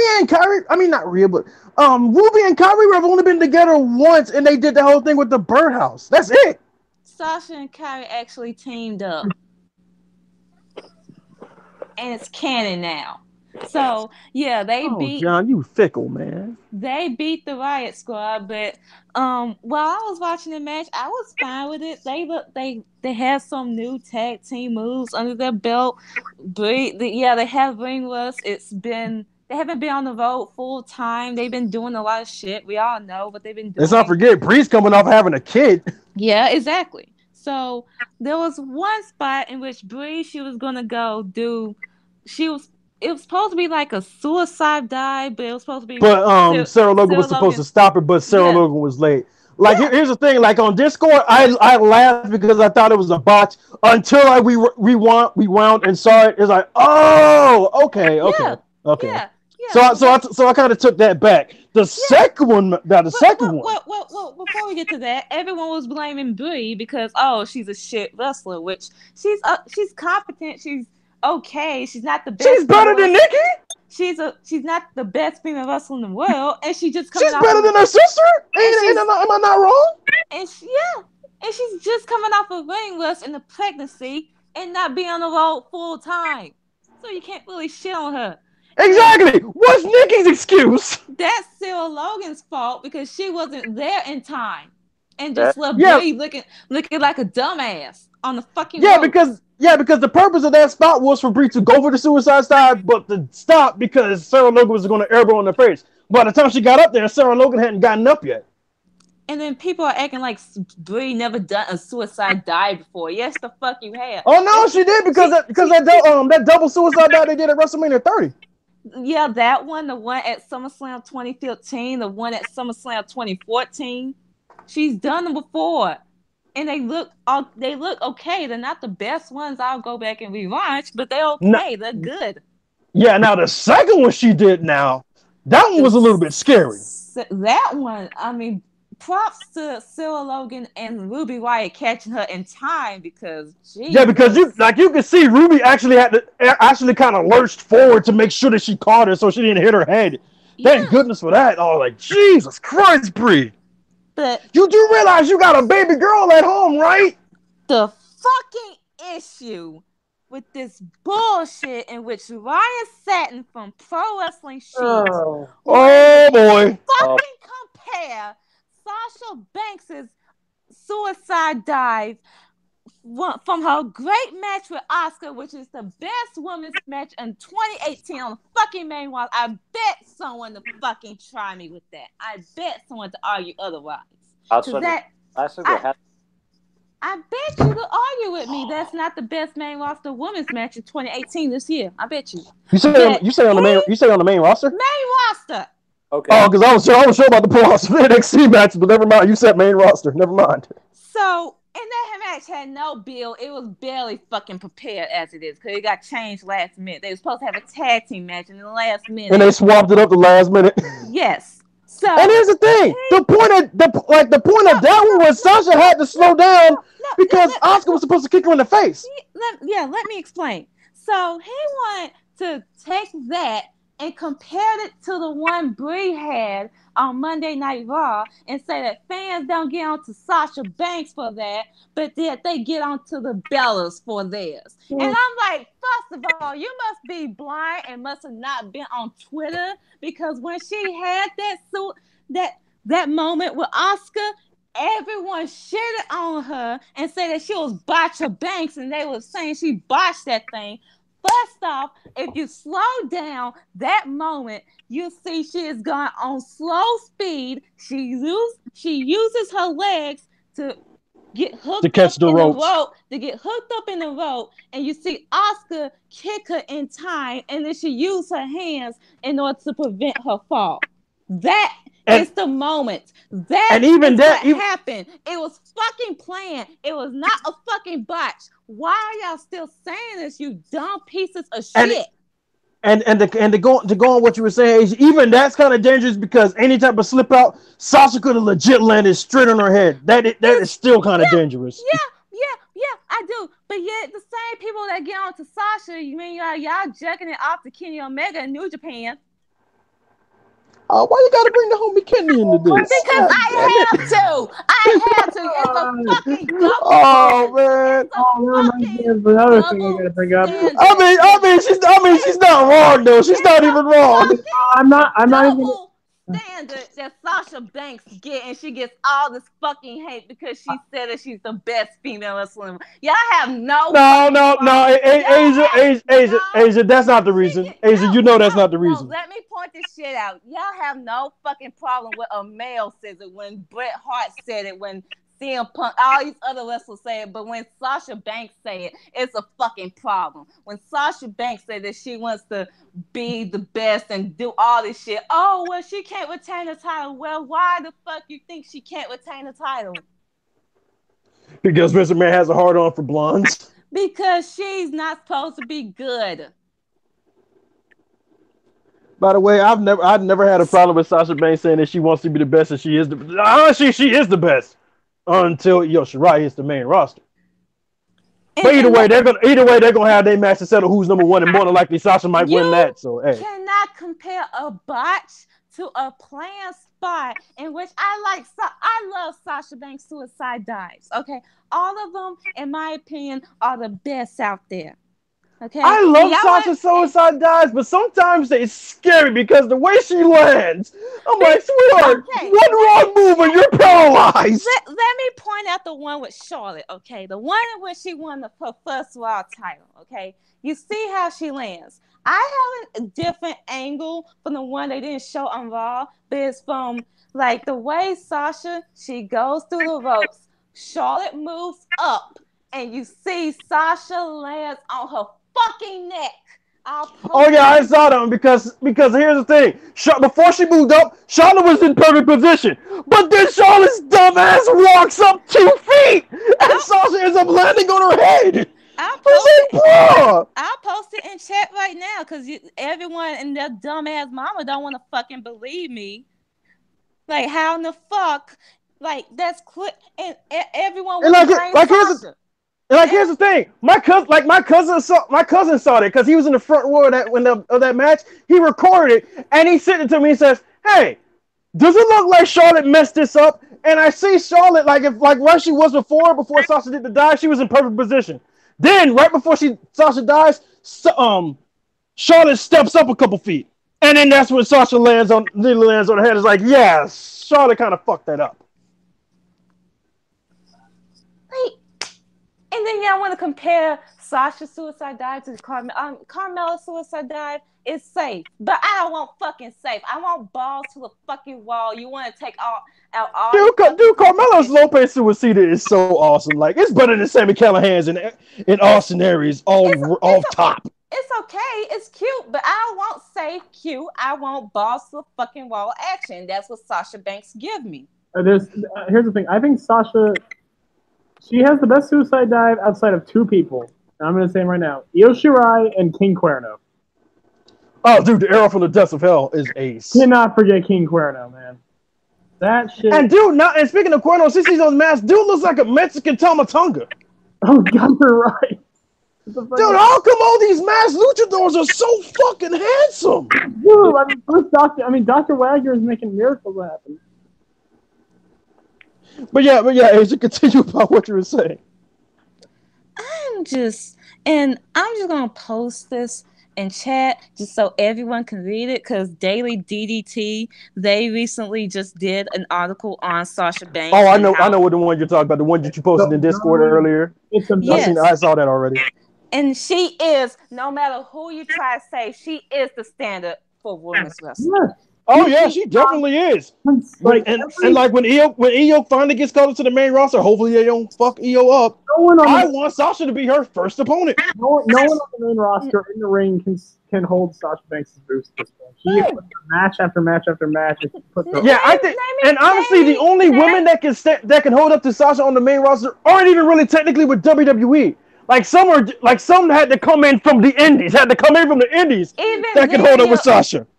But like, name me a female that can boost ratings because it's proven fact that Sasha is a draw, sell much, get more much. She's marketable outside of wrestling.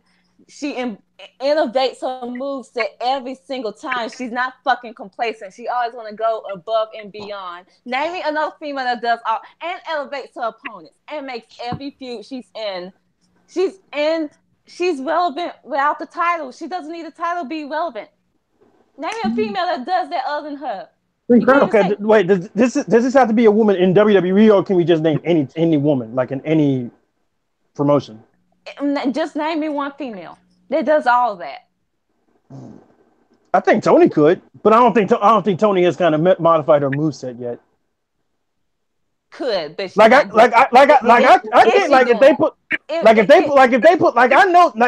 know Tony can be marketable. Like if they give Tony some merch, I know she could probably sell out some merch. I'm saying a woman now, not coulda, woulda, if asked. I'm saying now, right now. We're right now. I asked you if it was somebody on the WWE roster or somewhere else. Yes, no. But yeah, you gave me a coulda answer. I don't want coulda. I want now. As in, there's actual. Okay, facts. Me and you. Right now? Oh, I mean, She's not on TV. She hasn't been on TV in years. So I can't really say we can't really tell if she's a draw or not. Kyrie? She was a draw when she was on. She was a draw when she was on TNA when she won the knockout title. Definitely a draw on TNA. What about? Okay, wait, that is TNA, so I can't even talk to you on that one. Yeah, so we're talking about right now, literally right now. But when she was talking about changing up her moveset, she had to change up her moveset because I remember her first finisher used to be like a corkscrew moveset that she called the Sky M, but she had to stop using that and start using the package power driver because on one instance she ended up banging up her knee on it. Yeah. But What about? But does she do all the shit that I listed? Do she do the suicide styles and all that stuff? Yeah. No, I'm talking about like marketable, sell much, boost ratings, elevate her. Yeah, she did. Yeah, she did, but with the caveat that she wasn't TNA. Relevant without the title. Actually, yeah, because of her feud with Rosemary. Yep. What about Tessa Blanchard? Still in the title picture. Shit. Yeah. Well, honestly, after when she lost the title to Rosemary, she only had that feud with Rosemary. Then they released her. Then her contract was up. So. Asia, what about Tessa Blanchard? Oh God, no. I mean, is relevant without her father or nepotism or total. Yeah, let's get to that one too. I will drag Tessa too. Because but here's the thing though, with Tessa, she doesn't use her family. She doesn't use her family name to get places. Yeah, she doesn't use her family name, but she's still gonna be remembered because she is a Blanchard. It definitely boosted her name. Obviously, that's a given. Because let's be real. If Tessa used her name, she would be in WWE right now. She hasn't leaned on her name. Like she made a name of her own. Like in a lot of ways, Tessa is the anti-Charlotte. She's what Charlotte should be. Yeah. Yes. But does Tessa put on like these great women's matches that on par to Sasha? I mean, yes. Does she? Well, not with women though. Not with women. Not on par to Sasha. No. Not with women though. So I can't even. So you're talking about the match with Cage. Technically, yes, but she doesn't do it with women. With Cage, right? I'm talking about women's wrestling. Yeah. Technically, intergender wrestling is women's wrestling. Yeah. It has a woman in it. No. If you're gonna be technical, if you're gonna be real technical about this, technically it is. Women's wrestling involve men now, so that's what you're saying. No, I said intergender wrestling. That's what you're saying. Intergender wrestling involve men. So in that point of which you're making, that means women's wrestling involve men, which I mean it kind of does. Since you had James Ellsworth help Carmella win the briefcase. So I guess you're right on that. The point is, can they put on... Here's the thing. Tessa, to me, is not the worker that Sasha Banks is. No, she's not. She's not the standard. She doesn't meet Sasha Banks' standard in the ring. I'm sorry. She just doesn't. The only one that does, the only one that surpasses it, really, is Io Shirai, and that's really about it. Yeah, and then let's just see, can Io Shirai survive the main roster in order to still put on great matches? And there's the problem. There is the problem. I don't think Io's going to be able to survive the main roster and their shitty booking. Exactly. It depends on can she still put on great matches despite bad booking. Oh no, Io's going to put on great matches regardless. It's just WWE's way of booking her is what I'm afraid of. I don't know. I mean, we've seen some women who still they went through bad booking and they put on mediocre Bailey. I'm sorry. I just gotta say you know that's because they pretty much sacrificed Bailey at the altar of Alexa Bliss. Yeah, but I'm just saying, like Sasha Banks, she's still been through bad booking and she still put on great matches. So here's another thing. Have we ever put Bailey at the standard of being the best women's wrestler in the world? No, I'm just saying though. Like, not to mention Io herself said the first person she wants to work with is Sasha. Exactly. But they're going to feed her to Charlotte first. Oh, don't say that. It's happening, sis. And Angel wants it to happen just so that she can say Sasha Banks. But then again, they had Asuka versus Sasha on Raw, and then they had Asuka versus Charlotte at WrestleMania. So yeah, they probably will do the same thing. They have Sasha versus Io on Raw, and then have Io versus Charlotte on WrestleMania ground. Yeah, 'cause they need to have. Why do I have this like sinking feeling that Asia low key wants Io Shirai to fail to prove that she was right? So that Sasha Banks can be known as the greatest wrestler in the world. She will sacrifice Io so Sasha can get everything. This is fine. I understand that. Team Bay for life. But even then, if that happens with Io, Tony's gonna show up. And as great as Sasha is, they're pushing Tony over Sasha. Mainly because Tony's blonde. You trying to tell me Tony is a better wrestler than Blonde! Again, it doesn't blonde. Blonde. Asia, you're forgetting something Tony is that Sasha isn't. Blonde. Emma was a fucking blonde and we saw what happened to her.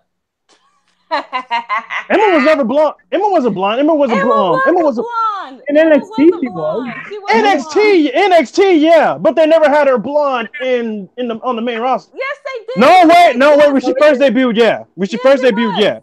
Yes. What the fuck yeah, when she first debuted with Santino, yeah. They assigned her the worst gimmick ever.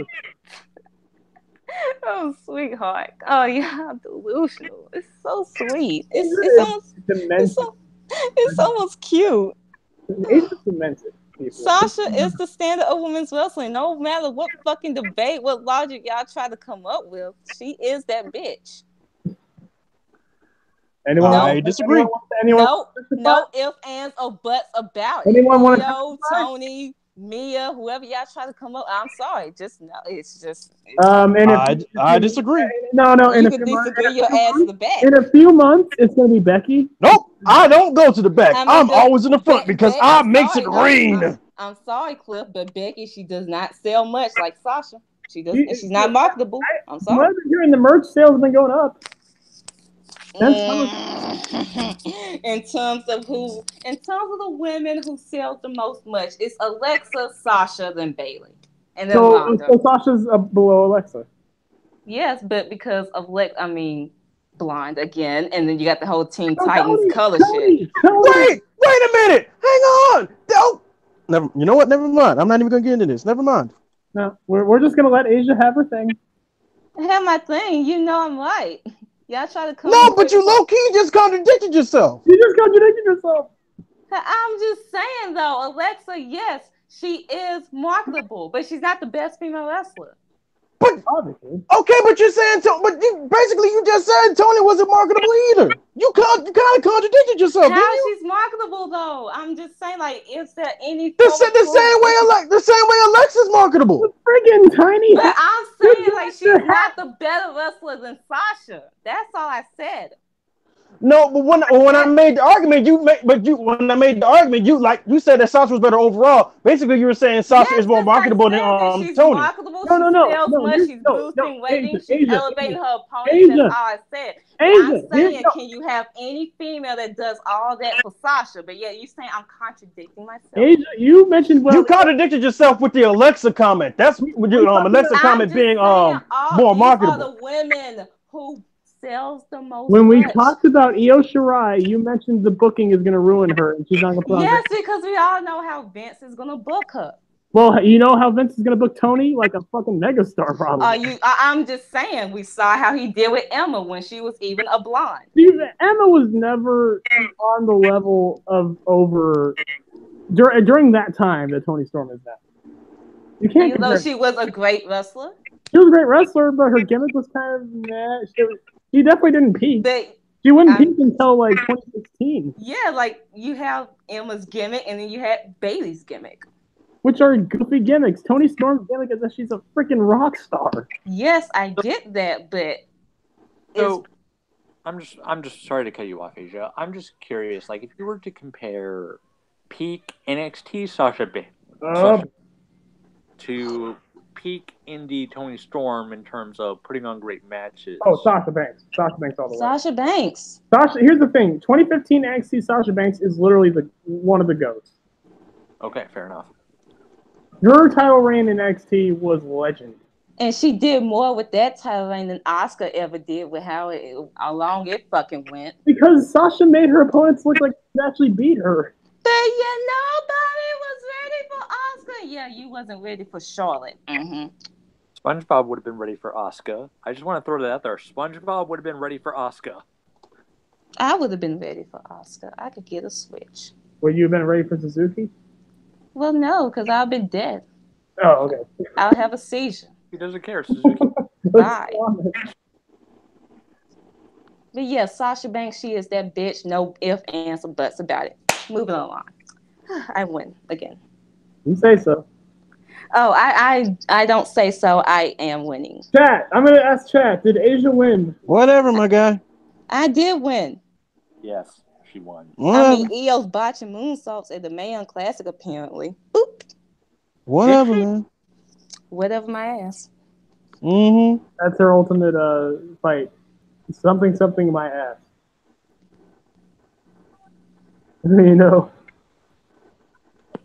But anyways, I completely lost what we're talking about. Oh yeah, and when what's their name? Lacey Evans and Malia, they defeat Dorito Pizarro Shut up. and Her name Dakota is Flop. I'm gonna I'm Dorito. gonna laugh. I'm gonna fucking laugh, and I'm just gonna enjoy y'all tears. Do you It's gonna be. do you want me to call up Suzuki and kill you? Please do not call her Dorito. She is Diana. She's a beautiful deity. She is my third waifu. It's a tie between her and Mia. But Diana is amazing. She's the future women's wrestling. So moving on. Oh, that's beautiful. Moving on. Moving on. You're beautiful, Cliff. It's really cute. Oh, well, thank you so much. You're beautiful too. Whatever. Oh. With the women's rights, I can picture it now. And you're going to blame Dakota because we all know Dakota is a failure. You just ran off Jarvis. Good job, Asia. I know. I'm good. If, woulda, coulda, shoulda. The Sasha is that bitch. I told you. Bianca's that bitch. I know. Bianca, My face. dude, they're saying Bianca's gonna get a fucking major ass push now, which she should. It's her time now. I know. My faves are winning. My fave is Becky's definitely winning. I'm just saying. My fave changes from week to week, so I mean, you know. Hey, Kevin Cross has been your fave for a while now, right? Well, no, I mean in terms of women's wrestling. Oh well, yeah. Sarah Logan used to be your favorite. Now they've just killed your love for her, haven't they? Oh, dude, it's the worst. I know. What have they done? Oh, Jarvis, you're back. Hey. Oh fuck, I'm back. I'm back. Okay, I thought Asia ran you off. Okay. No, my fucking phone died. Why did you charge the phone? You told him me. No, I've been I did. I thought I did. And next thing you know, this shit just popped off. I was like, what the fuck? What type of phone you have? It's Galaxy S7. Oh. I just got the S9 Plus like 4 or 5 shows there. Out. That should help your battery. Actually, my phone's almost. No, I thought I was charging it, but I guess not because my charger was unplugged. So I guess my battery just fucking down on me. So well. Yeah, we're talking about our faves in women's wrestling, and I was telling Asian Cliff how my faves changed. You want a list of my faves? Yeah, well, I mentioned Sarah Logan. They've kind of killed his passion for Sarah Logan. Sarah Logan. Female Baron Corbin. But I thought Shayna Baszler was female Baron Corbin. Yes. Well, yeah, I said Sarah no, Logan. that's what you was talking about. Which I don't understand. Where are you getting that from? She looks nothing like him. No, she's talking about because of the way that Shayna slicks her hair back and stuff and gets the appearance that Shayna's kind of bald. Well, I mean, when she turns her hair down, she kind of looks like Corbin. Well, especially when she frowns, especially when she has a frowny face. Well, I didn't even notice that. Well, I mean, you noticed that. I noticed it yesterday. Work. So yeah. Did she have a smiley tummy too? Oh. No, she didn't. Okay, I'll check next time. But anyways, Brandon, what's up? So Logan. Logan, yeah, they've killed your love for her so much. Yeah. I mean, after all, I'm pretty much done with the bitch. Hey, dude, she along with Ruby kind of saved Bree's life at that second suicide dive. I mean, yeah, Yeah, but because if not, there's a good chance Brie would have landed on her head and became like the female Christopher Reeves. that first one you can't like. Come on, Oh girl. no, I know. I get the fault to Sarah Logan. That was she was kind of slow to come up to that one. Okay, so yeah, so Sarah Logan, Mm. good old Priscilla Kelly for personal reasons. 666, baby. Yep, 666. She likes boys, and Sex, sex, sex. so shout out to the bisexual. Shouts out. This is sexual, period. Yeah. So shouts out to that. Rhea, because hey, mosh pit kid, I relate to that hard. Weirdly enough, Mako Satomura. Oh, yes. Yeah, I know. She's going to be in my top 10 female, too. Like, in a weird way, when I say, like, in a weird way with Mako, she's cute and she's terrifying. She is respectable. Like when I see her, the first thing I think of is respect. Right. Dude, she hangs out with Suzuki. How else? How do you think she became so terrifying? She just has that face where it's like you will respect her. Like it's one of those things where it's like in the same vein as Kyrie, I want to give her a hug, but at the same time, I'm terrified. No, I know for a fact she seems like a very sweet woman. Oh no, she does, but I am too terrified to even come in contact with her. Right, as we all should be. I will happily give Kyrie a hug until she turns to Goku, and then I'm running away. Right, yeah. Fuck that. Like I would love to give Shayna a hug, but the second she gets her arm around my throat, I'm terrified. Yeah, if you're gonna have Shanna give you a hug, have her hug you like under the arms and not over. Yeah, and the second away from your neck. Right, yeah. The second she gets me in like a playful headlock, I'm going to be scared shitless because she's gonna dig you, and next thing you know, it's like boom, choke you out. And that's the picture. Like I get the picture, and I'm just unconscious, and she's got me in a choke, and She's like, oh, my friend, dude, like, my buddy is just choking you out. Like she thinks she's like giving you like a playful like headlock while she's actually choking you out. And then everything goes dark. Like, oh, isn't he cute? Bunny, with that? He's getting sleepy. And me being the guy I am, I'm gonna frame that shit. Yeah. Wall. No, you're gonna have a photo op, and Shayna's gonna like have her arm over your head, over your shoulder, and then when they click the picture, she just has your head squeezed and you're choking out, and you're gonna have that picture framed on your wall. Right, or to make it even better, she chokes me out, and just for a comedic thing, she holds me bridal style because she'll probably do that. Probably, yeah. No, she can't. Definitely. By the way, I give another shout out to Dominique Adams because not only did he make us a background, he just made us a freaking Titantron. He made a Titantron. Yes, did you go on Twitter?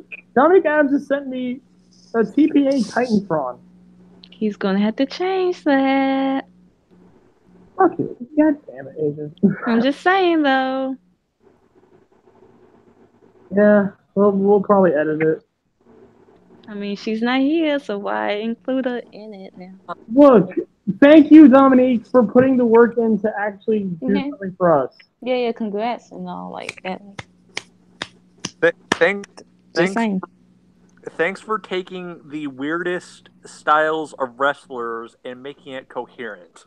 Yeah, Sick Nick Mondo, Io Shirai, Kazuchika Okada, Bianca Belair, and Becky fucking Lynch. My wrestler is weird. It's like, well, no, I'm just saying it's like things that go together. Yeah, they don't go together. That's the thing. I mean, Bianca. Especially Nick Mondo. Nick Mondo doesn't go well with any of these people. I mean, Bianca triggering the wrestling Twitter and beating Io. I mean, that would be a day for me. Seriously, 3 amazing female wrestlers in their own right. The longest reigning IWGP champion, and then a dude with blood on him. Like, what? Honestly, what would make it better if Dominic picked the song from Friends. Well, I mean, that's basically now fucking Millie McKenzie's, or Shaza McKenzie. No, it is Millie McKenzie, yeah. She used that with Pete Dunne.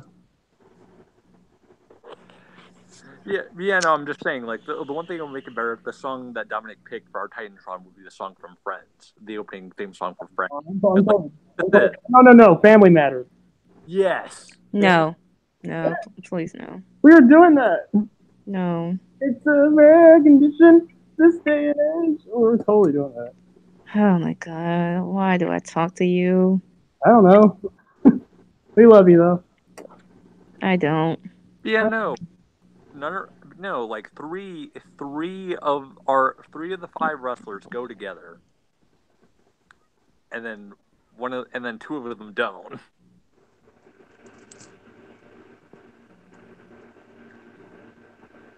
Yeah.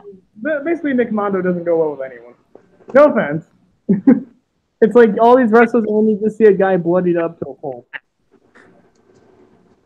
Which I had a weird. I keep having this weird ass thought, and I want your guys' opinion on it. Okay. Does it have to do with barbed wire? No. Oh, damn. Okay.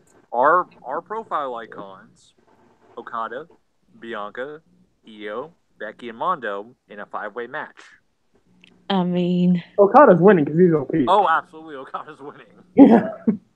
But no, let's think about this for a second. You have the most athletic woman in NXT right now. NXT just in all of WWE right now. Well, I'm sorry. okay. All of the repeat what you said, fucking hoe. Repeat it, bitch. Say it. Osprey cough. I said in all of WWE right now, you fucking bitch. Okay, fine, Ricochet. Okay. Fuck Tiny Dick or Shade. God damn it. No. Okay, fine. She's the most athletic woman in WWE right now. Clearly. So we have the most athletic woman in WWE, the most over woman in WWE right now, at least on SmackDown, one of the best women's wrestlers in the world, the longest reigning IWGP champion, and a guy who's known for taking a shit ton of punishment. Like, and that's kind of the thing. Like, you know, people would probably be sleeping on my boy Nick Mondo in this match, but you got to remember, this guy took a fucking weed whacker to the stomach. There's no match here. I mean, we can make it happen. I'm so obsessed with this goddamn weed whacker. God damn it. So here's the thing. If this ends up being a hardcore match, yeah, Nick Mondo's winning. So here's the thing in this match. Here's the thing in this match is Okada's Tombstone and or Rainmaker and or Becky Lynch Disarmer and or Io's Moonsault and or Bianca's Burning Hammer. Right. Do those equivalent to the amount of pain of a weed whacker? No. If Okada tombstones you on your head and you literally like fall on your head and become unconscious, yes. Right. So I mean, Okada can pull an Owen Hart with a tombstone you, like on your. I'm just saying. I don't think my boy would get taken out in the first few minutes. I'm telling you that. He'll hit like Okada will hit a spinning tombstone. He'll come back up with a weed whacker immediately. Like, that's funny. Okada's gonna do the tombstone. He'll go for the Rainmaker. Mondo's gonna block that with he'll counter into like a Hurricane Run or something because he can do block the tombstone. If he can like put his hand over his head and do it like a flip or something like that. I never thought of that. What if someone does a tombstone instead of nuts or knees? The guy like lands on. Well, no, actually now I realize why they won't do that because if you land on your hand, your arms are gonna get fucked up and you can break your arm. Right. Yeah. Like a handstand after that. That shit would be sick. Okada's gonna do a tombstone. Mondo's gonna no-sell that shit, and then Okada's just gonna have a smile on his face. He's gonna be like, "I know how to beat you," and he just pulls out a fucking weed whacker. Okay, what if we had the match? No DQ, but no weed whackers allowed. Well, I mean, that legalizes everything else. That legalizes barbed wire. That legalizes light tubes. That legalizes fire. And you know what we should legalize? The ghetto pencil. Now that, my friend, would Then okay. So what about Becky and Bianca and Io? Like, are they? I mean, Becky and Bianca already got some history. I thought you were going to say Becky and Bianca already have one advantage. They're women. Which you're not wrong. Women are better. I mean, yes, I mean, it's a proven fact.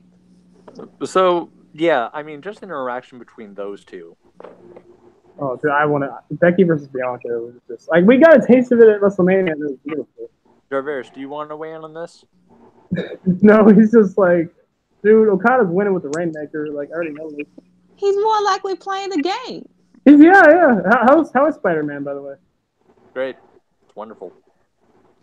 It's a bit difficult because I was used to the Amazing Spider-Man gameplay because with the Amazing Spider-Man games the dodge was actually a counter, like he would dodge and you would actually counter your opponent's move. This isn't that with the dodge. It's just The last one I played was Web of Shadows. Right. That I love that game.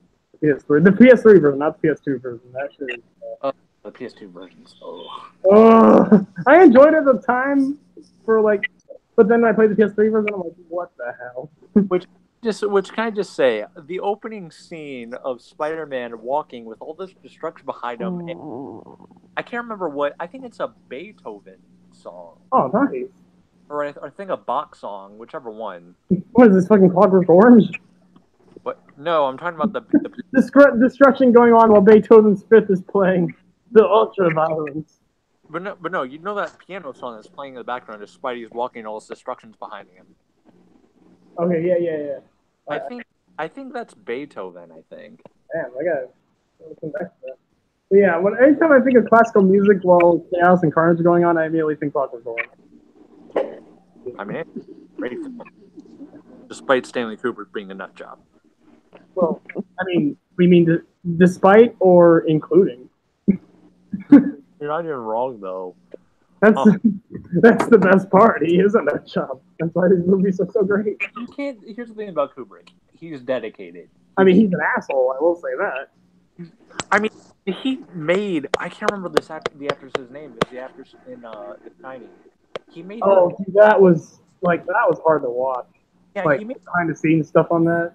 Yeah, he made her do a scene like 127 times. Like, dude. Like, this is real torture. I'm pretty sure one of those takes was good enough. Like, out of 127? Yeah, what's so great about the 127th one that made it so much better? Like, I mean, I know attention to detail. I know, like, getting the most out of your actors until they get the best performance. But 127, good Lord. Like, God, we gotta eat. Well, it's not even that. It's like he's practically torturing. Yeah, and these scenes aren't exactly like easy scenes. Like I get it, man. You want to make the best movie that you can, which Kubrick has an amazing track record. But like, dude, yeah, like that shit. Like, and some of the stuff he like not just like make her do scenes. He would like really lay into her sometimes. Like the stuff he would say was like mean to her. Right. That actress in particular that played her, like he would say some like he would be fucking just plain mean to her.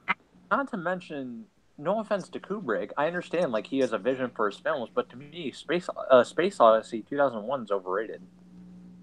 It actually is. I like. I never got like people. It's not even my favorite Kubrick movie. It's not. I mean, it's cool for what it was, but I mean, seriously, it's like a timeless classic that will be known as the greatest film of all time. You must watch 100 times. Dude, no. I mean, to be fair, like if you were to ask me two movies that are better than Space Odyssey, I would say The Shining and Clockwork Orange, definitely. Yeah, Clockwork Orange, obviously. And, even The Shining. Hell, there might even be another one then. Like, oh no, freaking Eyes Wide Shut. I love that movie. His last movie. That movie's underrated. Yeah, so that movie's amazing. Yeah, I feel like Kubrick, in a lot of ways, I feel like his movies are just kind of there to like jerk himself off, pretty much. Oh, well, yes. I mean, that last movie, people saw like basically just a porno. Now, for better or worse, is Kubrick, Cliff, in your opinion, is Stanley Kubrick better or worse than Darren Aronofsky? I am not very familiar with Darren Aronofsky. Other than ask like Quentin Tarantino or. Darren Aronofsky is the guy that made Requiem for a Dream. Ooh, Which I mean, if I you know, mean, I wouldn't say Requiem for a Dream is still better than like The Shining or Clockwork, so I'll still go Kubrick.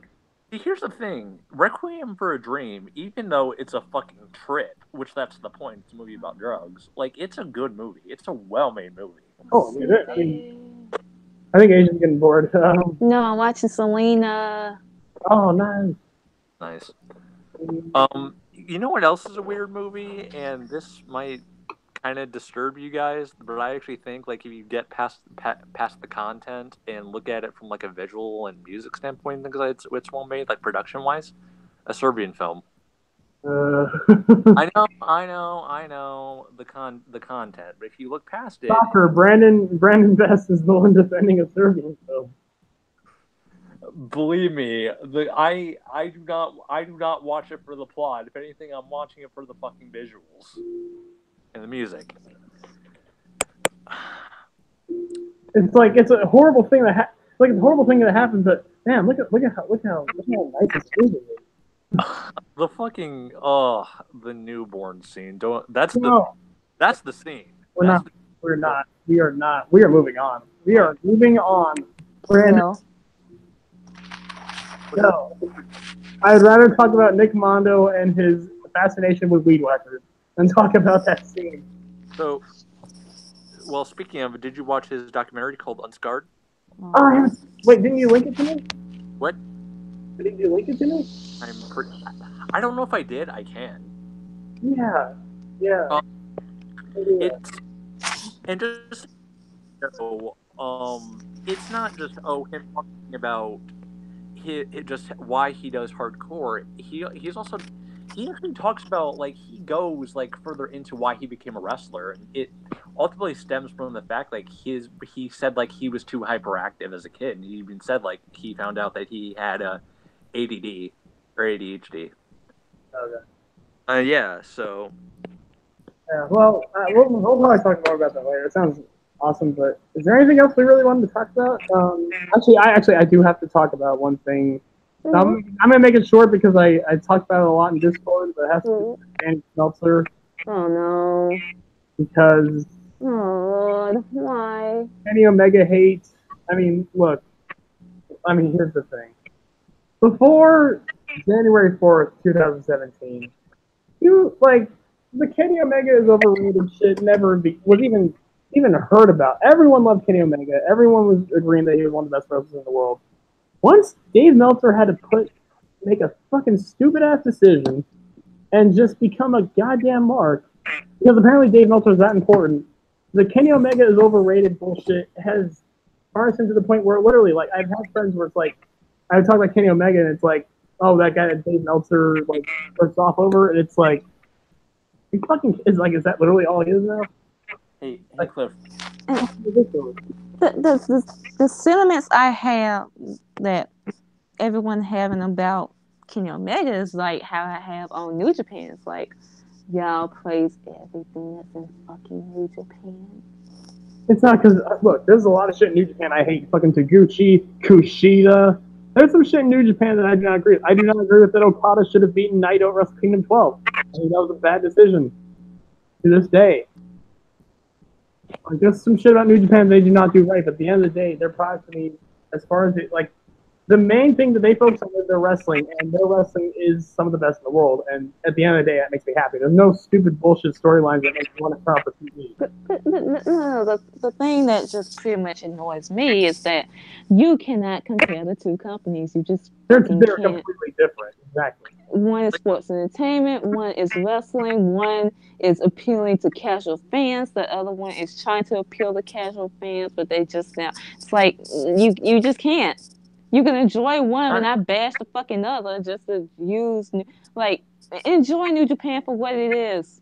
Don't try to use your anti-bashing of WWE just to Yeah, or else you'll say stupid shit like, "Oh, Chelsea Green, Tessa Blanchard, Britt Baker, and Madison Rain are the real four horsewomen." no, the fuck they're not. That is clearly just anti-WWE rhetoric just to make yourself look better. And number one, they didn't have a career game changing like women's, but they didn't they didn't like add a new chapter to women's wrestling. That wasn't even the best match on that show. They didn't have a match that helped set and change the game. But It was cute. It was good. Sasha, Becky, and Bailey have had match of the nights all the time. That wasn't even the second best match on that show. It didn't move the needle. Not to mention with New Japan really quickly, like they're not predicated on storylines really. Not really. They're the long-term booking when it comes to rivalries, they are, but like with actual like storylines with like different plot and like the storylines involve wrestling and it involves like just Right. like the storyline with Okada and Tanahashi, like that is a like they're not necessarily storylines; they're just rivalries built over a period of time. yeah, they don't write stupid shit like, oh, you killed my dog, or hey, you cheated on my wife with a transvestite, or blah blah blah, stupid shit like that, like fucking attitude error. No, it's not wrestling.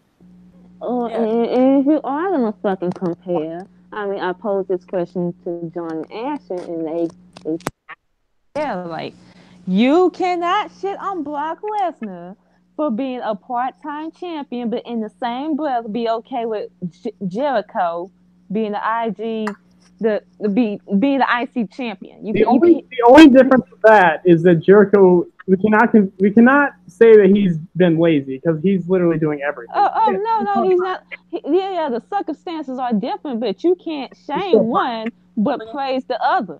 He's still part-time. We still are missing the IC champion from the show. He won. That's a problem. Just one is from WWE and the other one he's from WWE, but he's going to New Japan and he's making New Japan better. The fact that Jericho is actually entertaining and Brock Lesnar has been boring since like what 2016. Exactly. It also does come down to attitude because Brock clearly doesn't care while Jericho loves it. Clearly, but they're still part timers. Don't put your belt on fucking part timers. I think the big thing why people hate Brock Lesnar is that he clearly doesn't give a shit. Yes, but still, don't put your belt on fucking part timers. I definitely agree with that. That's definitely New Japan's fault. They should not have done that.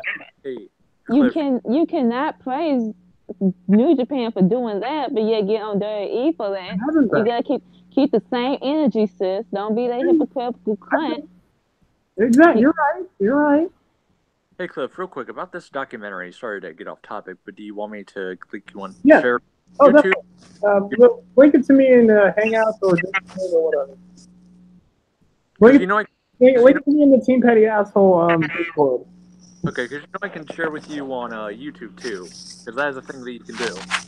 So yeah, just don't listen to Dave's fucking opinion. Thank you. But when he shits on Charlotte, now we're gonna agree with Meltzer. Oh, Dave's all this. I don't agree with Meltzer, but I'm just finding it funny that all of a sudden now he points out the Charlotte bullshit that everyone's been fucking saying because Charlotte put him on blast on ESPN after the whole Peyton Royce shit.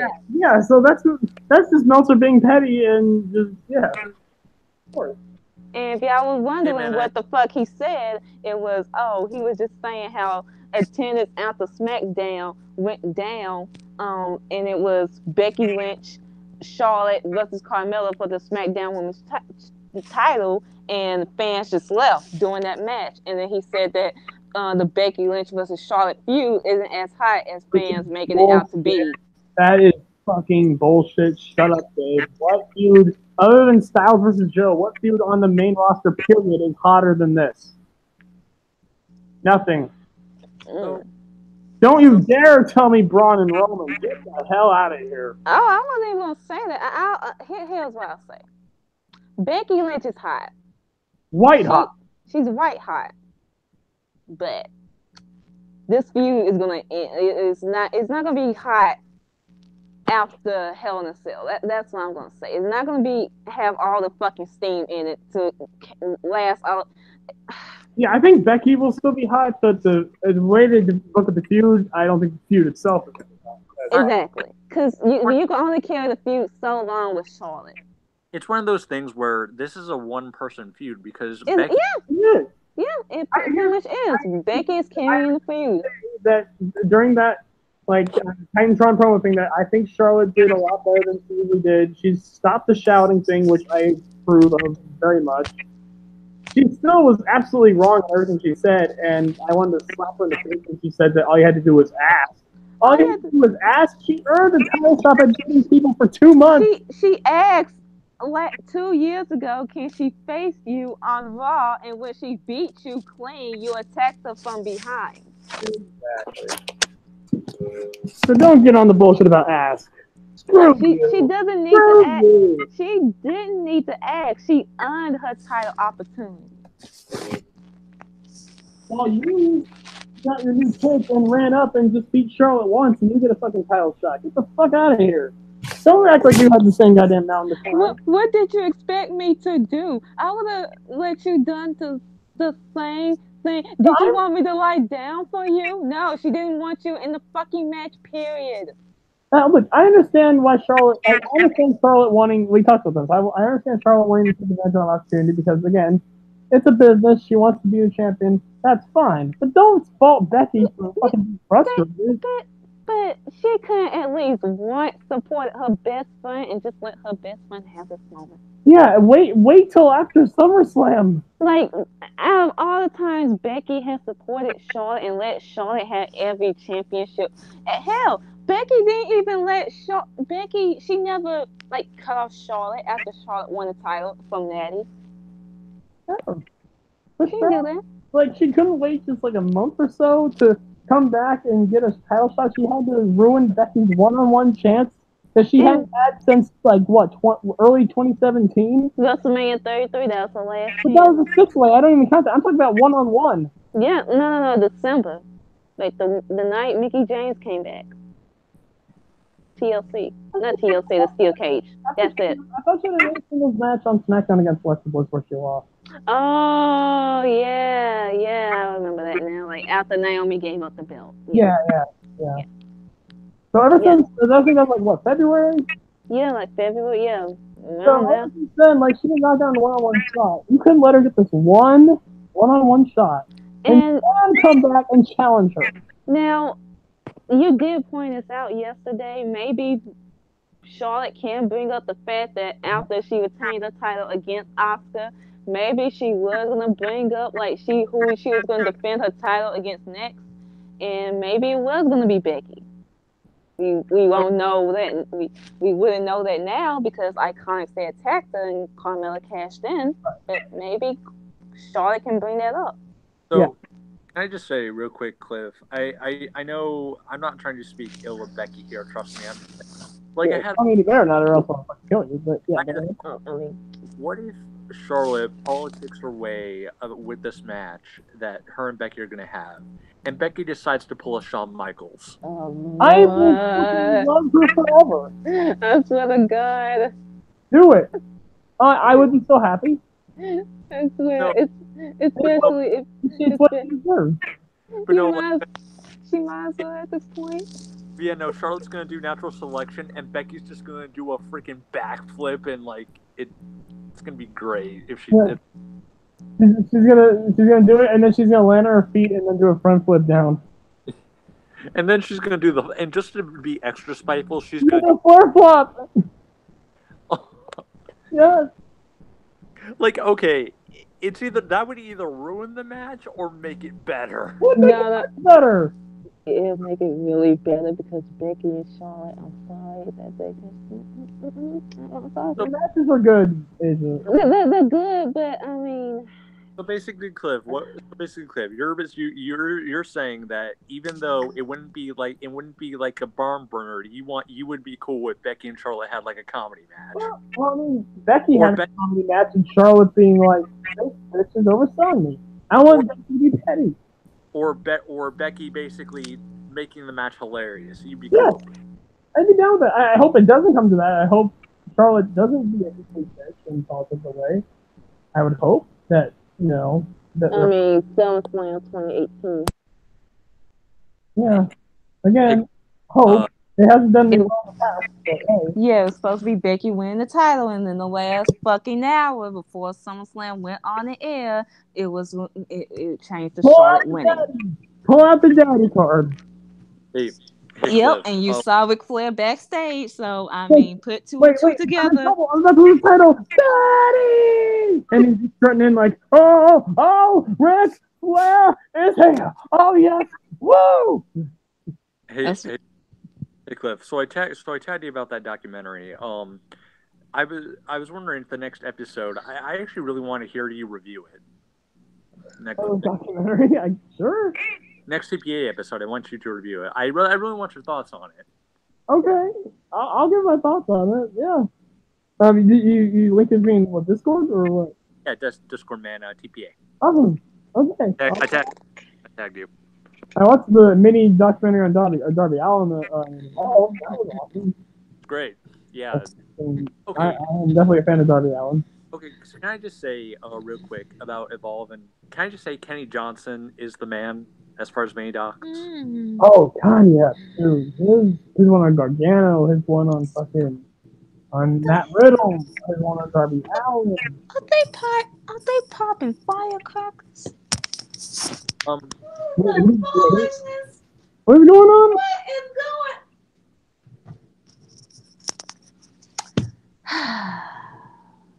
These hoes are popping firecrackers. Why? I guess because 9/11. Oh. Fuck 9/11. Fuck 9/11. Pop firecrackers for that. That makes no damn sense. It's the fucking 8th. Today's September 8th.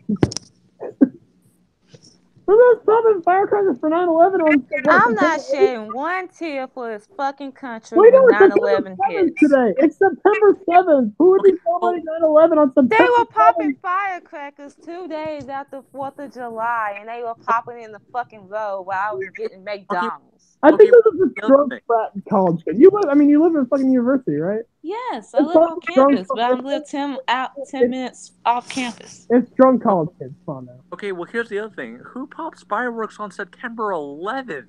Let's celebrate! Yay! Let's celebrate the death of 3,000 people. Woo! Party! Because Americans are dumbass. Yes. It's like they find any way to celebrate and pop firecrackers and eat good. It's like, may they all rest in peace. Now let's drink and get laid. Woo! What? Thanks. When is this a thing? I swear I might not get any sleep tonight, and I might go crazy tomorrow. I was just gonna if I'm an extra bitch tomorrow is because of that. Yeah. We need to get you on the podcast with your extra bitch. That's when it's always best. Next week, because I start my period. Oh, sweet! Yeah, we must advertise it. TPA podcast with a period Asia. Check it out. Well, I'm back. You missed a few things. I'm sorry. I got really. Ooh. Okay. I can't even find a word to describe it. You like? No, I just got real impatient and I couldn't wait for episode 60 part 2, so I got on the call and I went to go watch episode part 2.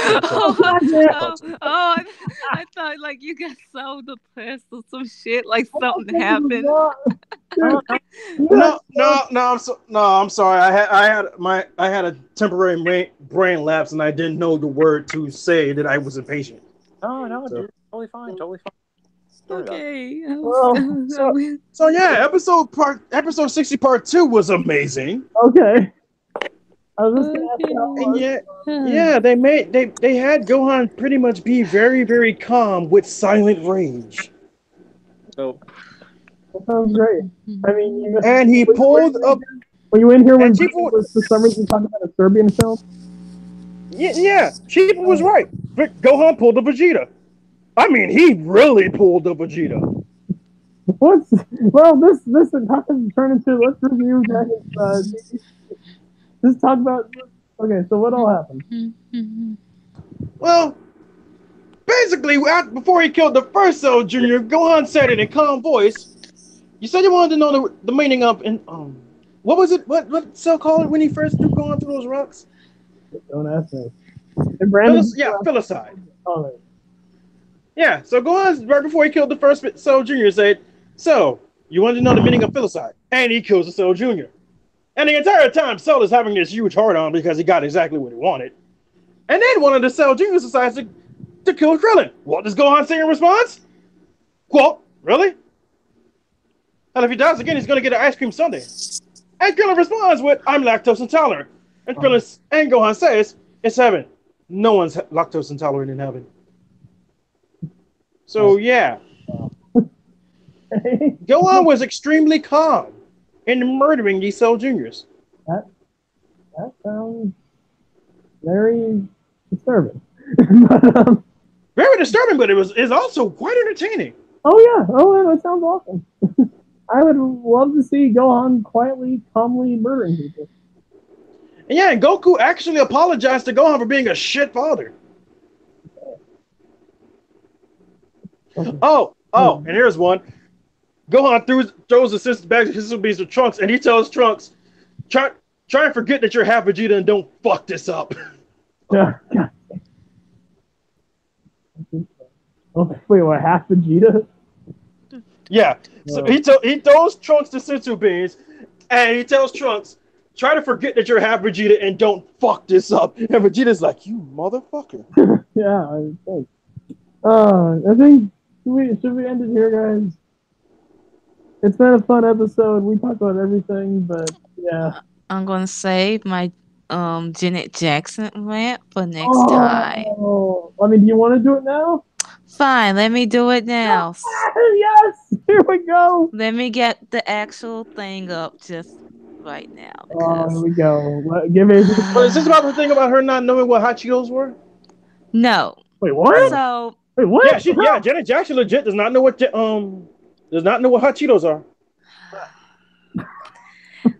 So there's a story, according to HuffPost, reported by @Yashar, CBS executive Les Moonves, Moonves, was so enraged by Janet Jackson's 2004 Super Bowl halftime show that he set out to hinder her career and have her blacklisted from affiliated networks and radio stations. He is currently under a separate internal investigation for sexual misconduct at CBS. Yeah. So wait, the whole Super Bowl incident, which was not even Janet's fault, it was Justin Timberlake's fault. Yes, yeah. And he got away with it, and he made fun of it, and he never really apologized. And and everyone was fine with it because it's Justin Timberlake. Because he's a white man, but yet everyone blamed the black female because you're not supposed to show your titty, like we don't got titties out here. Basically blamed the victim. Yes. But she wasn't the one who reached over, grabbed her pasty, and ripped it off. Again, they're blaming the victim. Yes, because you're not supposed to show your nipple. She didn't show it. She was not the one that tried to show it. That was all Timberlake. Her career was ruined after that. Ruined over something that she didn't even do. She was black. She couldn't attend the Grammys. She couldn't go anywhere. They didn't play her music. Nothing after this incident. Yeah. Her career was ruined because of Justin Timberlake. Justin Timberlake literally ruined her career. Directly ruined it. White men ruining black. I mean, I'm not surprised, no, but the fucking issue is she was the. Oh my god.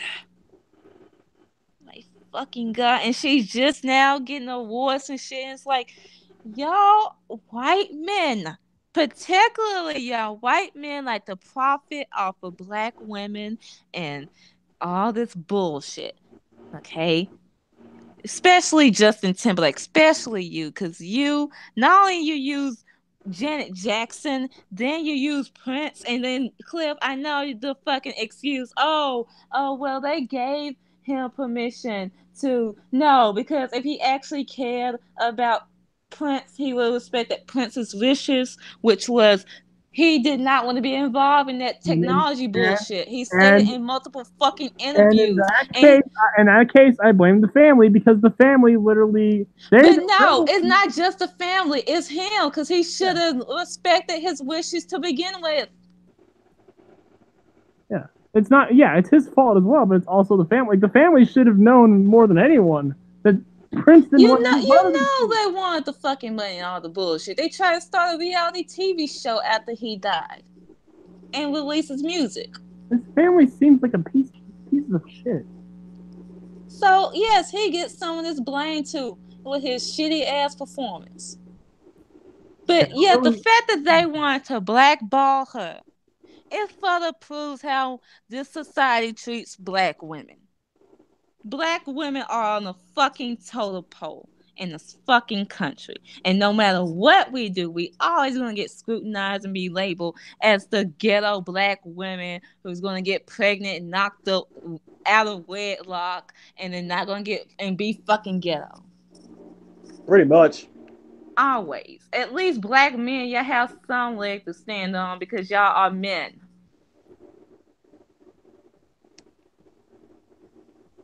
And it's just they fucked, like, literally Janet Jackson's career was She could have been over something she had no control over. Like, Janet Jackson did not want this to happen. And you know what? I'll give her some form of props because when her music career did get demolished, she turned to fucking acting. And she was good at it. Yeah. Yes, she was really great at it. She's but like, she still did not excel. She still did not. She could have been a star. She could have been. I mean, she is a star, but she could have been much bigger. And if it wasn't for that fucking moment.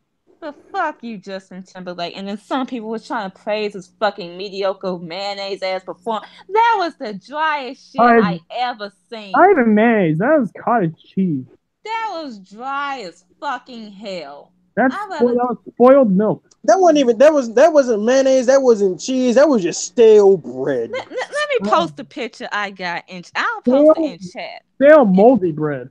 I'll post the actual picture. I got stale, moldy, mildew-infested bread. I got a perfect representation of what his performance was to me when I saw it. White bread. No.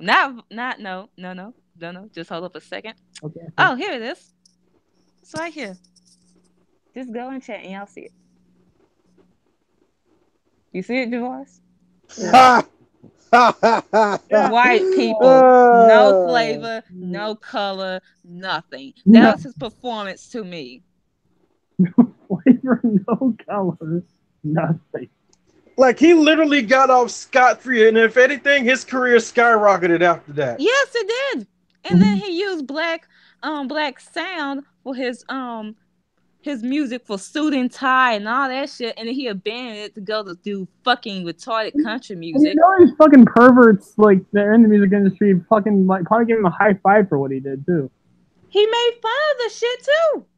They're like, yeah, like you're getting her titty. Isn't that great, right? And everyone's like, some people trying to defend the shit. Well, no, maybe if he actually used his white platform and his huge success to help bring Janet Jackson out that fucking situation and be like, hey, she deserved to be respected on. This was on me, not on her.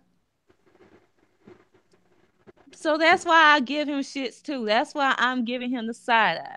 And then how he treated Britney Spears and then everyone, and like, you're problematic.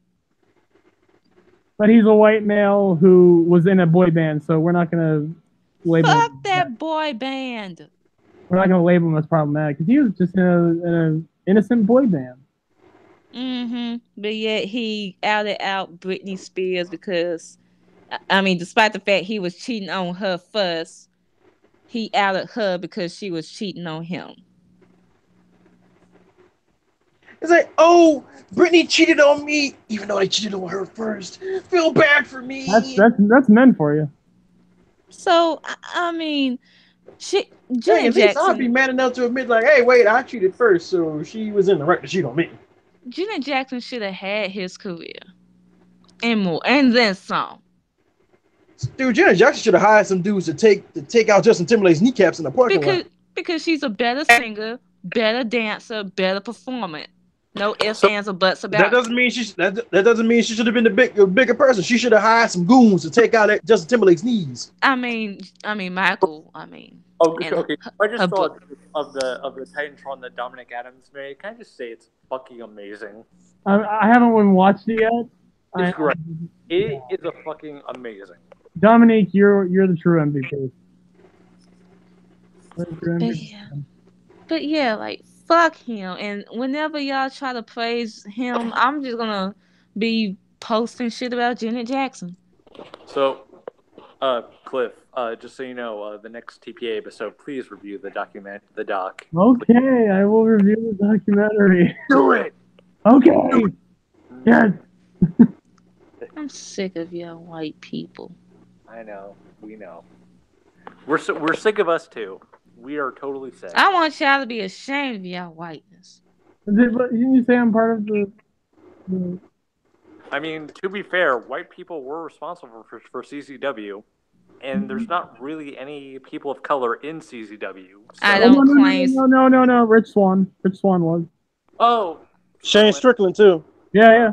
You know, well, I just And Leo Rush and Shane Strickland were both CCW World Champions. To be fair, they weren't doing the stupid like weed whacker shit. Yeah. Well, but Shane Strickland did get those little toothpicks that in his head. Well, I mean, not to mention Phil Shepard and Dante Fox. No, I'm early CZW. Like early CZW, like it was like Necro Butcher. That's all I have to say. Necro Butcher. It was the dumbest of white rednecks. Yeah, literally, like in the tournament of death or like the cage of death, like there'd be like 8 seats. They would sit there and just punch each other. Right. What the fuck is that?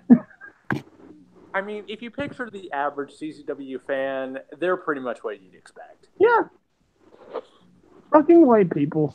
Redneck, beer in one hand. CZW, fucking white people. That should be the slogan. Fucking white people. I might get into contact with DJ Hyde about that. Hey, be like, hey, dude, you should totally use this as your slogan.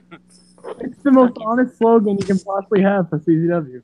I fucking hate white. I mean, you can't say that now because now here's the thing about CZW. It's definitely gotten less hardcore. Right, CZW now to me, they've definitely become what ECW was because like they do the hardcore stuff, yes, but they've got some of the best talent there as far as like wrestlers. Again, Leo Rush, Shane Strickland. But to be fair, I think there's companies that do that better. Lucha Underground. Right. I mean, they do the hardcore stuff, but they also have some of the best luchadors on the planet. Right. Again, I haven't watched CZW, but I mean, I would probably say it's probably better storytelling in Lucha Underground.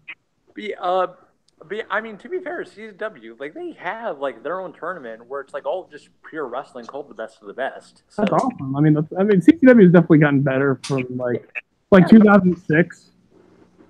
Jesus. Like, here's the thing: you actually want quality CZW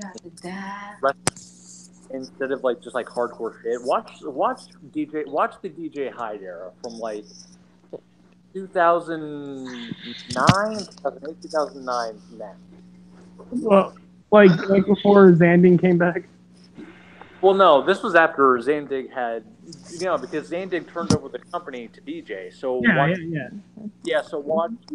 so around the time DJ took over, that's when if you wanted to get into CZW, watch around that era because that's when it was. That's when it was accessible. And I mean, I'm sure you would know more than anybody. I'm sure there were fans of CZW that were really pissed that it changed. Yeah. I mean, they still have like Cage of Death and Tournament of Death. Like they still do hardcore shit. It's just not as prevalent. It's not literally like just a bunch of dudes just beating the shit out of each other with goddamn like cheese graters who have no talent. The Dark Leo Rush or whatever he was calling himself, Dark Side Leo Rush, whatever it was, that from CZW. That came. Because my biggest thing with hardcore wrestling, and I love hardcore wrestling when it's done good, but you have to admit there are some wrestlers that you have to say they had no talent to be professional wrestlers, and then they saw hardcore wrestling, and they're like, "Oh, I can beat the shit out of someone with goddamn weapons. Perfect." And I mean, Axel and Ian Rotten. Do I even need to say more? Yeah. And like that's another reason I want you to watch that documentary because Mondo is also a He's part. he's a high flyer. He's a good wrestler. Yeah. He even said like he combined a couple of different styles. He said he combined lucha libre. He said he combined technical wrestling. He was one of those guys where he could do it all. Like, okay, imagine this: Nick Mondo versus Darby Allin. Yes. Yeah. I mean, from the way you describe them, it sounds like they're basically one of the two of the same people. Yeah, like Mondo had the Jeff Hardy style of high flying, but he knew how to make it work. He knew how to make it work for him. I mean, Jeff Hardy knew how to make it work for a while. Right. Also, another thing, I didn't know this. I was listening to Cole Cabana's Art of Wrestling podcast because Mondo was on there. Oh, cool. Mondo admitted, I didn't know this at the time. Mondo said like his goal was to have a short career, like because he was a fan of art and a fan of film making as well. Yeah. Wrestling, so he's like, yeah, okay. He makes movies now. Yeah. Yeah, so his whole thing was like, I just want to, have like I just want to try this out, and No wonder he didn't give a shit about putting his body on the line. It's like, I'm not gonna do this that long, anyways. Yeah, like let's go all out. Like he did it for as long as he wanted. He got out, and then he survived. He lives in Tokyo, and he makes independent movies, like small budget films. You know what? That sounds like the best ending a guy like Nick Mondo's career could have gotten. I love it. Yeah, crazy Nick Mondo. Hey. The thing is, he's actually not bitter about when people. No, it seems like this is his plan. Yeah, well, no, like he's not. What I mean is, he's not bitter about fans who bring it up to him, or fans who bring it up to him, because he said like he was bitter towards the end of his run, but he's also said like there were a lot of like bright spots and a lot of like good times. He's not gonna have a Rock moment where it's like, "Don't call me Sick Nick, call me Nicholas." Well, his actual name is Matt. His actual name is Matt Burns. Oh, okay, so don't call me Sick Nick, call me Matt. Right. But no, like, but no, he's totally cool with it. He's like, people will show like pictures of action figures they had of him and things like that. And CZ never had action figures. Yeah, they had. They come with complimentary blood. Complimentary blood. Yes, blood. Holy shit. Rochester man accidentally burns home down after lighting Nike shoes on fire and Yes! I mean, I'm sorry, that sounds awful, but damn the irony, though. Oh, Wait, I don't want to laugh too hard. Is he dead? No. Okay, I'll laugh. Travis, did you hear that? Where is he? I'll send this to you. Oh my god. Okay, well, before we go, I do have to mention, fuck you, Asia, for last night. What did I do? Oh. You know what you showed me? Oh, no.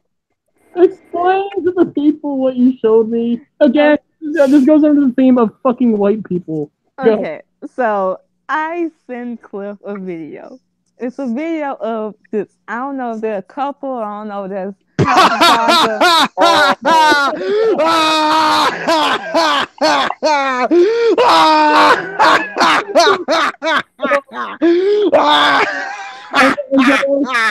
No, they're not dead. You can laugh.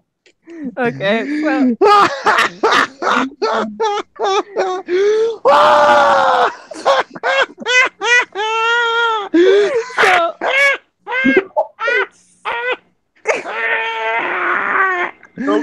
Joker. Okay, I'm done. No, I'm not. Okay, I'm done.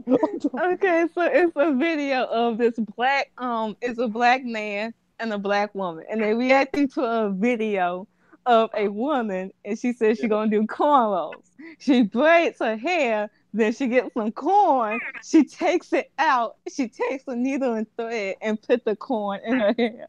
And then she goes outside. Yes, you heard that right. Corn rose. She goes outside and she's so fucking proud of it. She is so fucking happy. She is like the shit. She has never been so happy and I'm so not- proud to show her hair. She's like, look at me, world. Look at the corn on my hair. Lily, I'll post it. I'll Okay. post it because I'm Post not it to lying. You know I'm what? not. The pain that I I'm went not- through. You know, I'm we're not lying. I'm not lying. Literally. Oh, that wasn't what I was laughing about. I know, you were laughing about the Nike thing. Oh yes!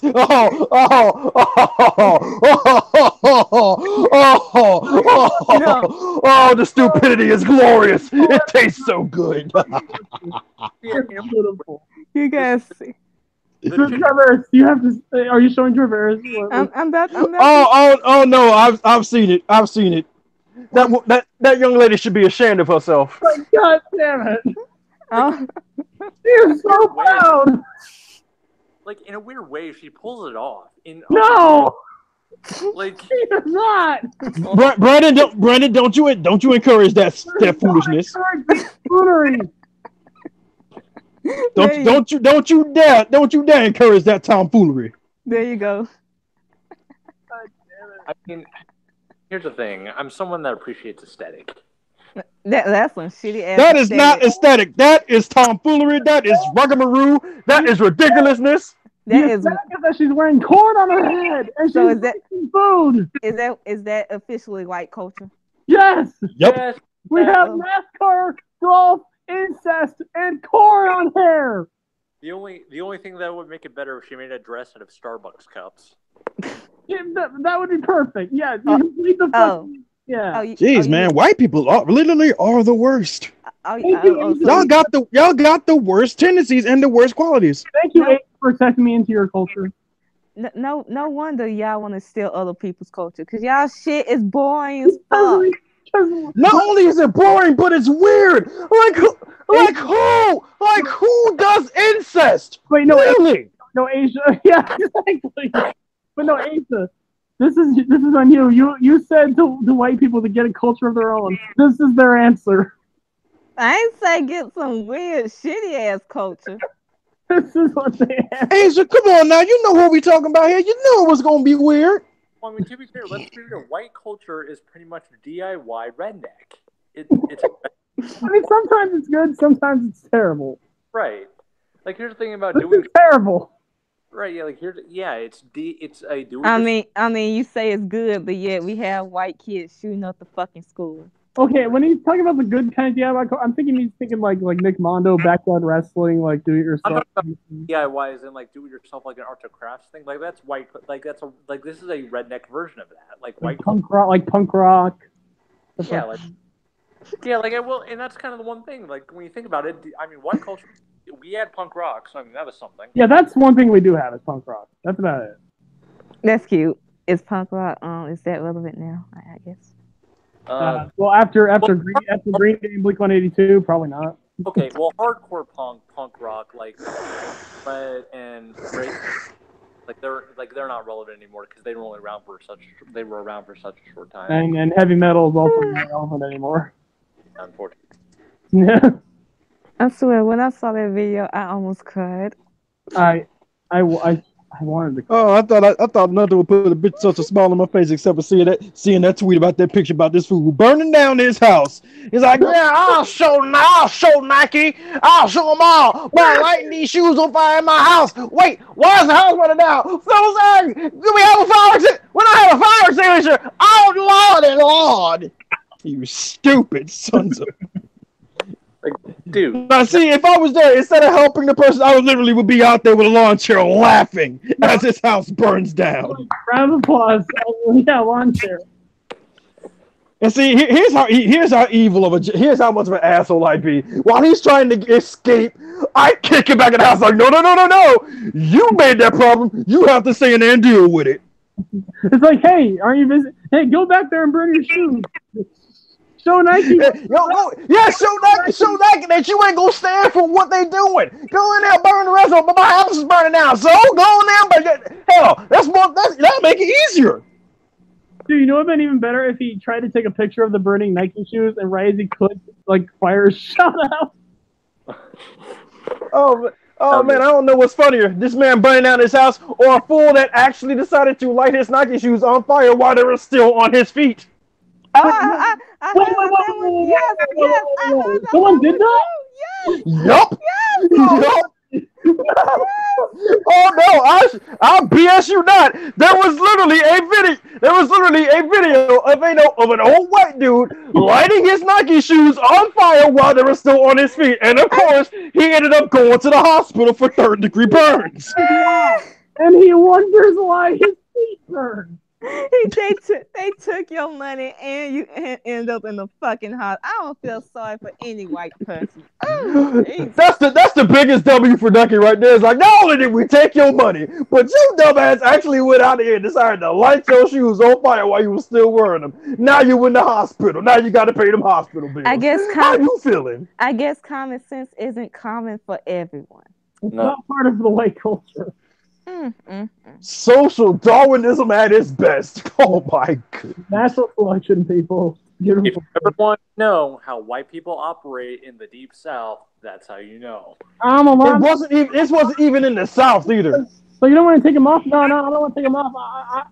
No, I want to show them. I want to show them what I mean when I say it would be easier to take a picture of them, first of all. And secondly, I'm going to show them my stance on this Colin Kaepernick motherfucker and all these people going against my America. Now here I go. Against my America and against my President Trump. Hey, do you smell something burning? Something smells good. Dude, it's your feet. It's like, oh my God, call the ambulance. Or the video starts up. Now, kids, get your asses back in the house. I'm gonna beat you with a fucking belt. And you also gonna tell your mother, who is also my second cousin, to get herself ready because she's gonna get some sweet loving tonight. Did that was burn some meat again? There's something on fire. Just someone put it out. Now honey, your feet. Oh, here, let me whip pisses on it. Oh shit, that ain't helping. And then like while that's going on, the person is just like, now let me tell you something. Our Lord and Savior Jesus Christ was not protesting stuff. You know what? After this, you know what? Just clean your feet off. Don't worry. We'll take you to the Catholic Church. The priest will treat you just fine, son. No. They'll just use some what's it called? What's it called at the church? Holy water? Yes. Oh, except it's not actually holy water. It's actually semen. What? Yeah. What? Old man semen. Okay, that's my time to go. Yep, and that's the cue for us to all say, screw you guys, be going home.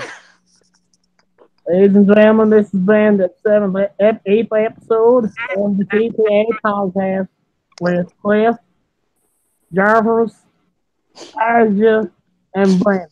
I'm so done with you. Screw you guys, I'm going home. I'm going to go now. We're gonna go ride our pickup trucks. Hey Brandon, let's set up a ring and let's get some tables and let's slide. Hang on. The whole thing with Brandon just said we're gonna ride the trucks reminds me of that Squidbillies episode where earlier sang that song with T-Pain. He was like, I like riding in my truck. Auburn sucks. I was like, wait, that was basically the entire premise of the song. It had T-Pain when it was like, he likes to drive in his truck. Hey, like, Cliff, Auburn sucks. Hey, Auburn sucks. What?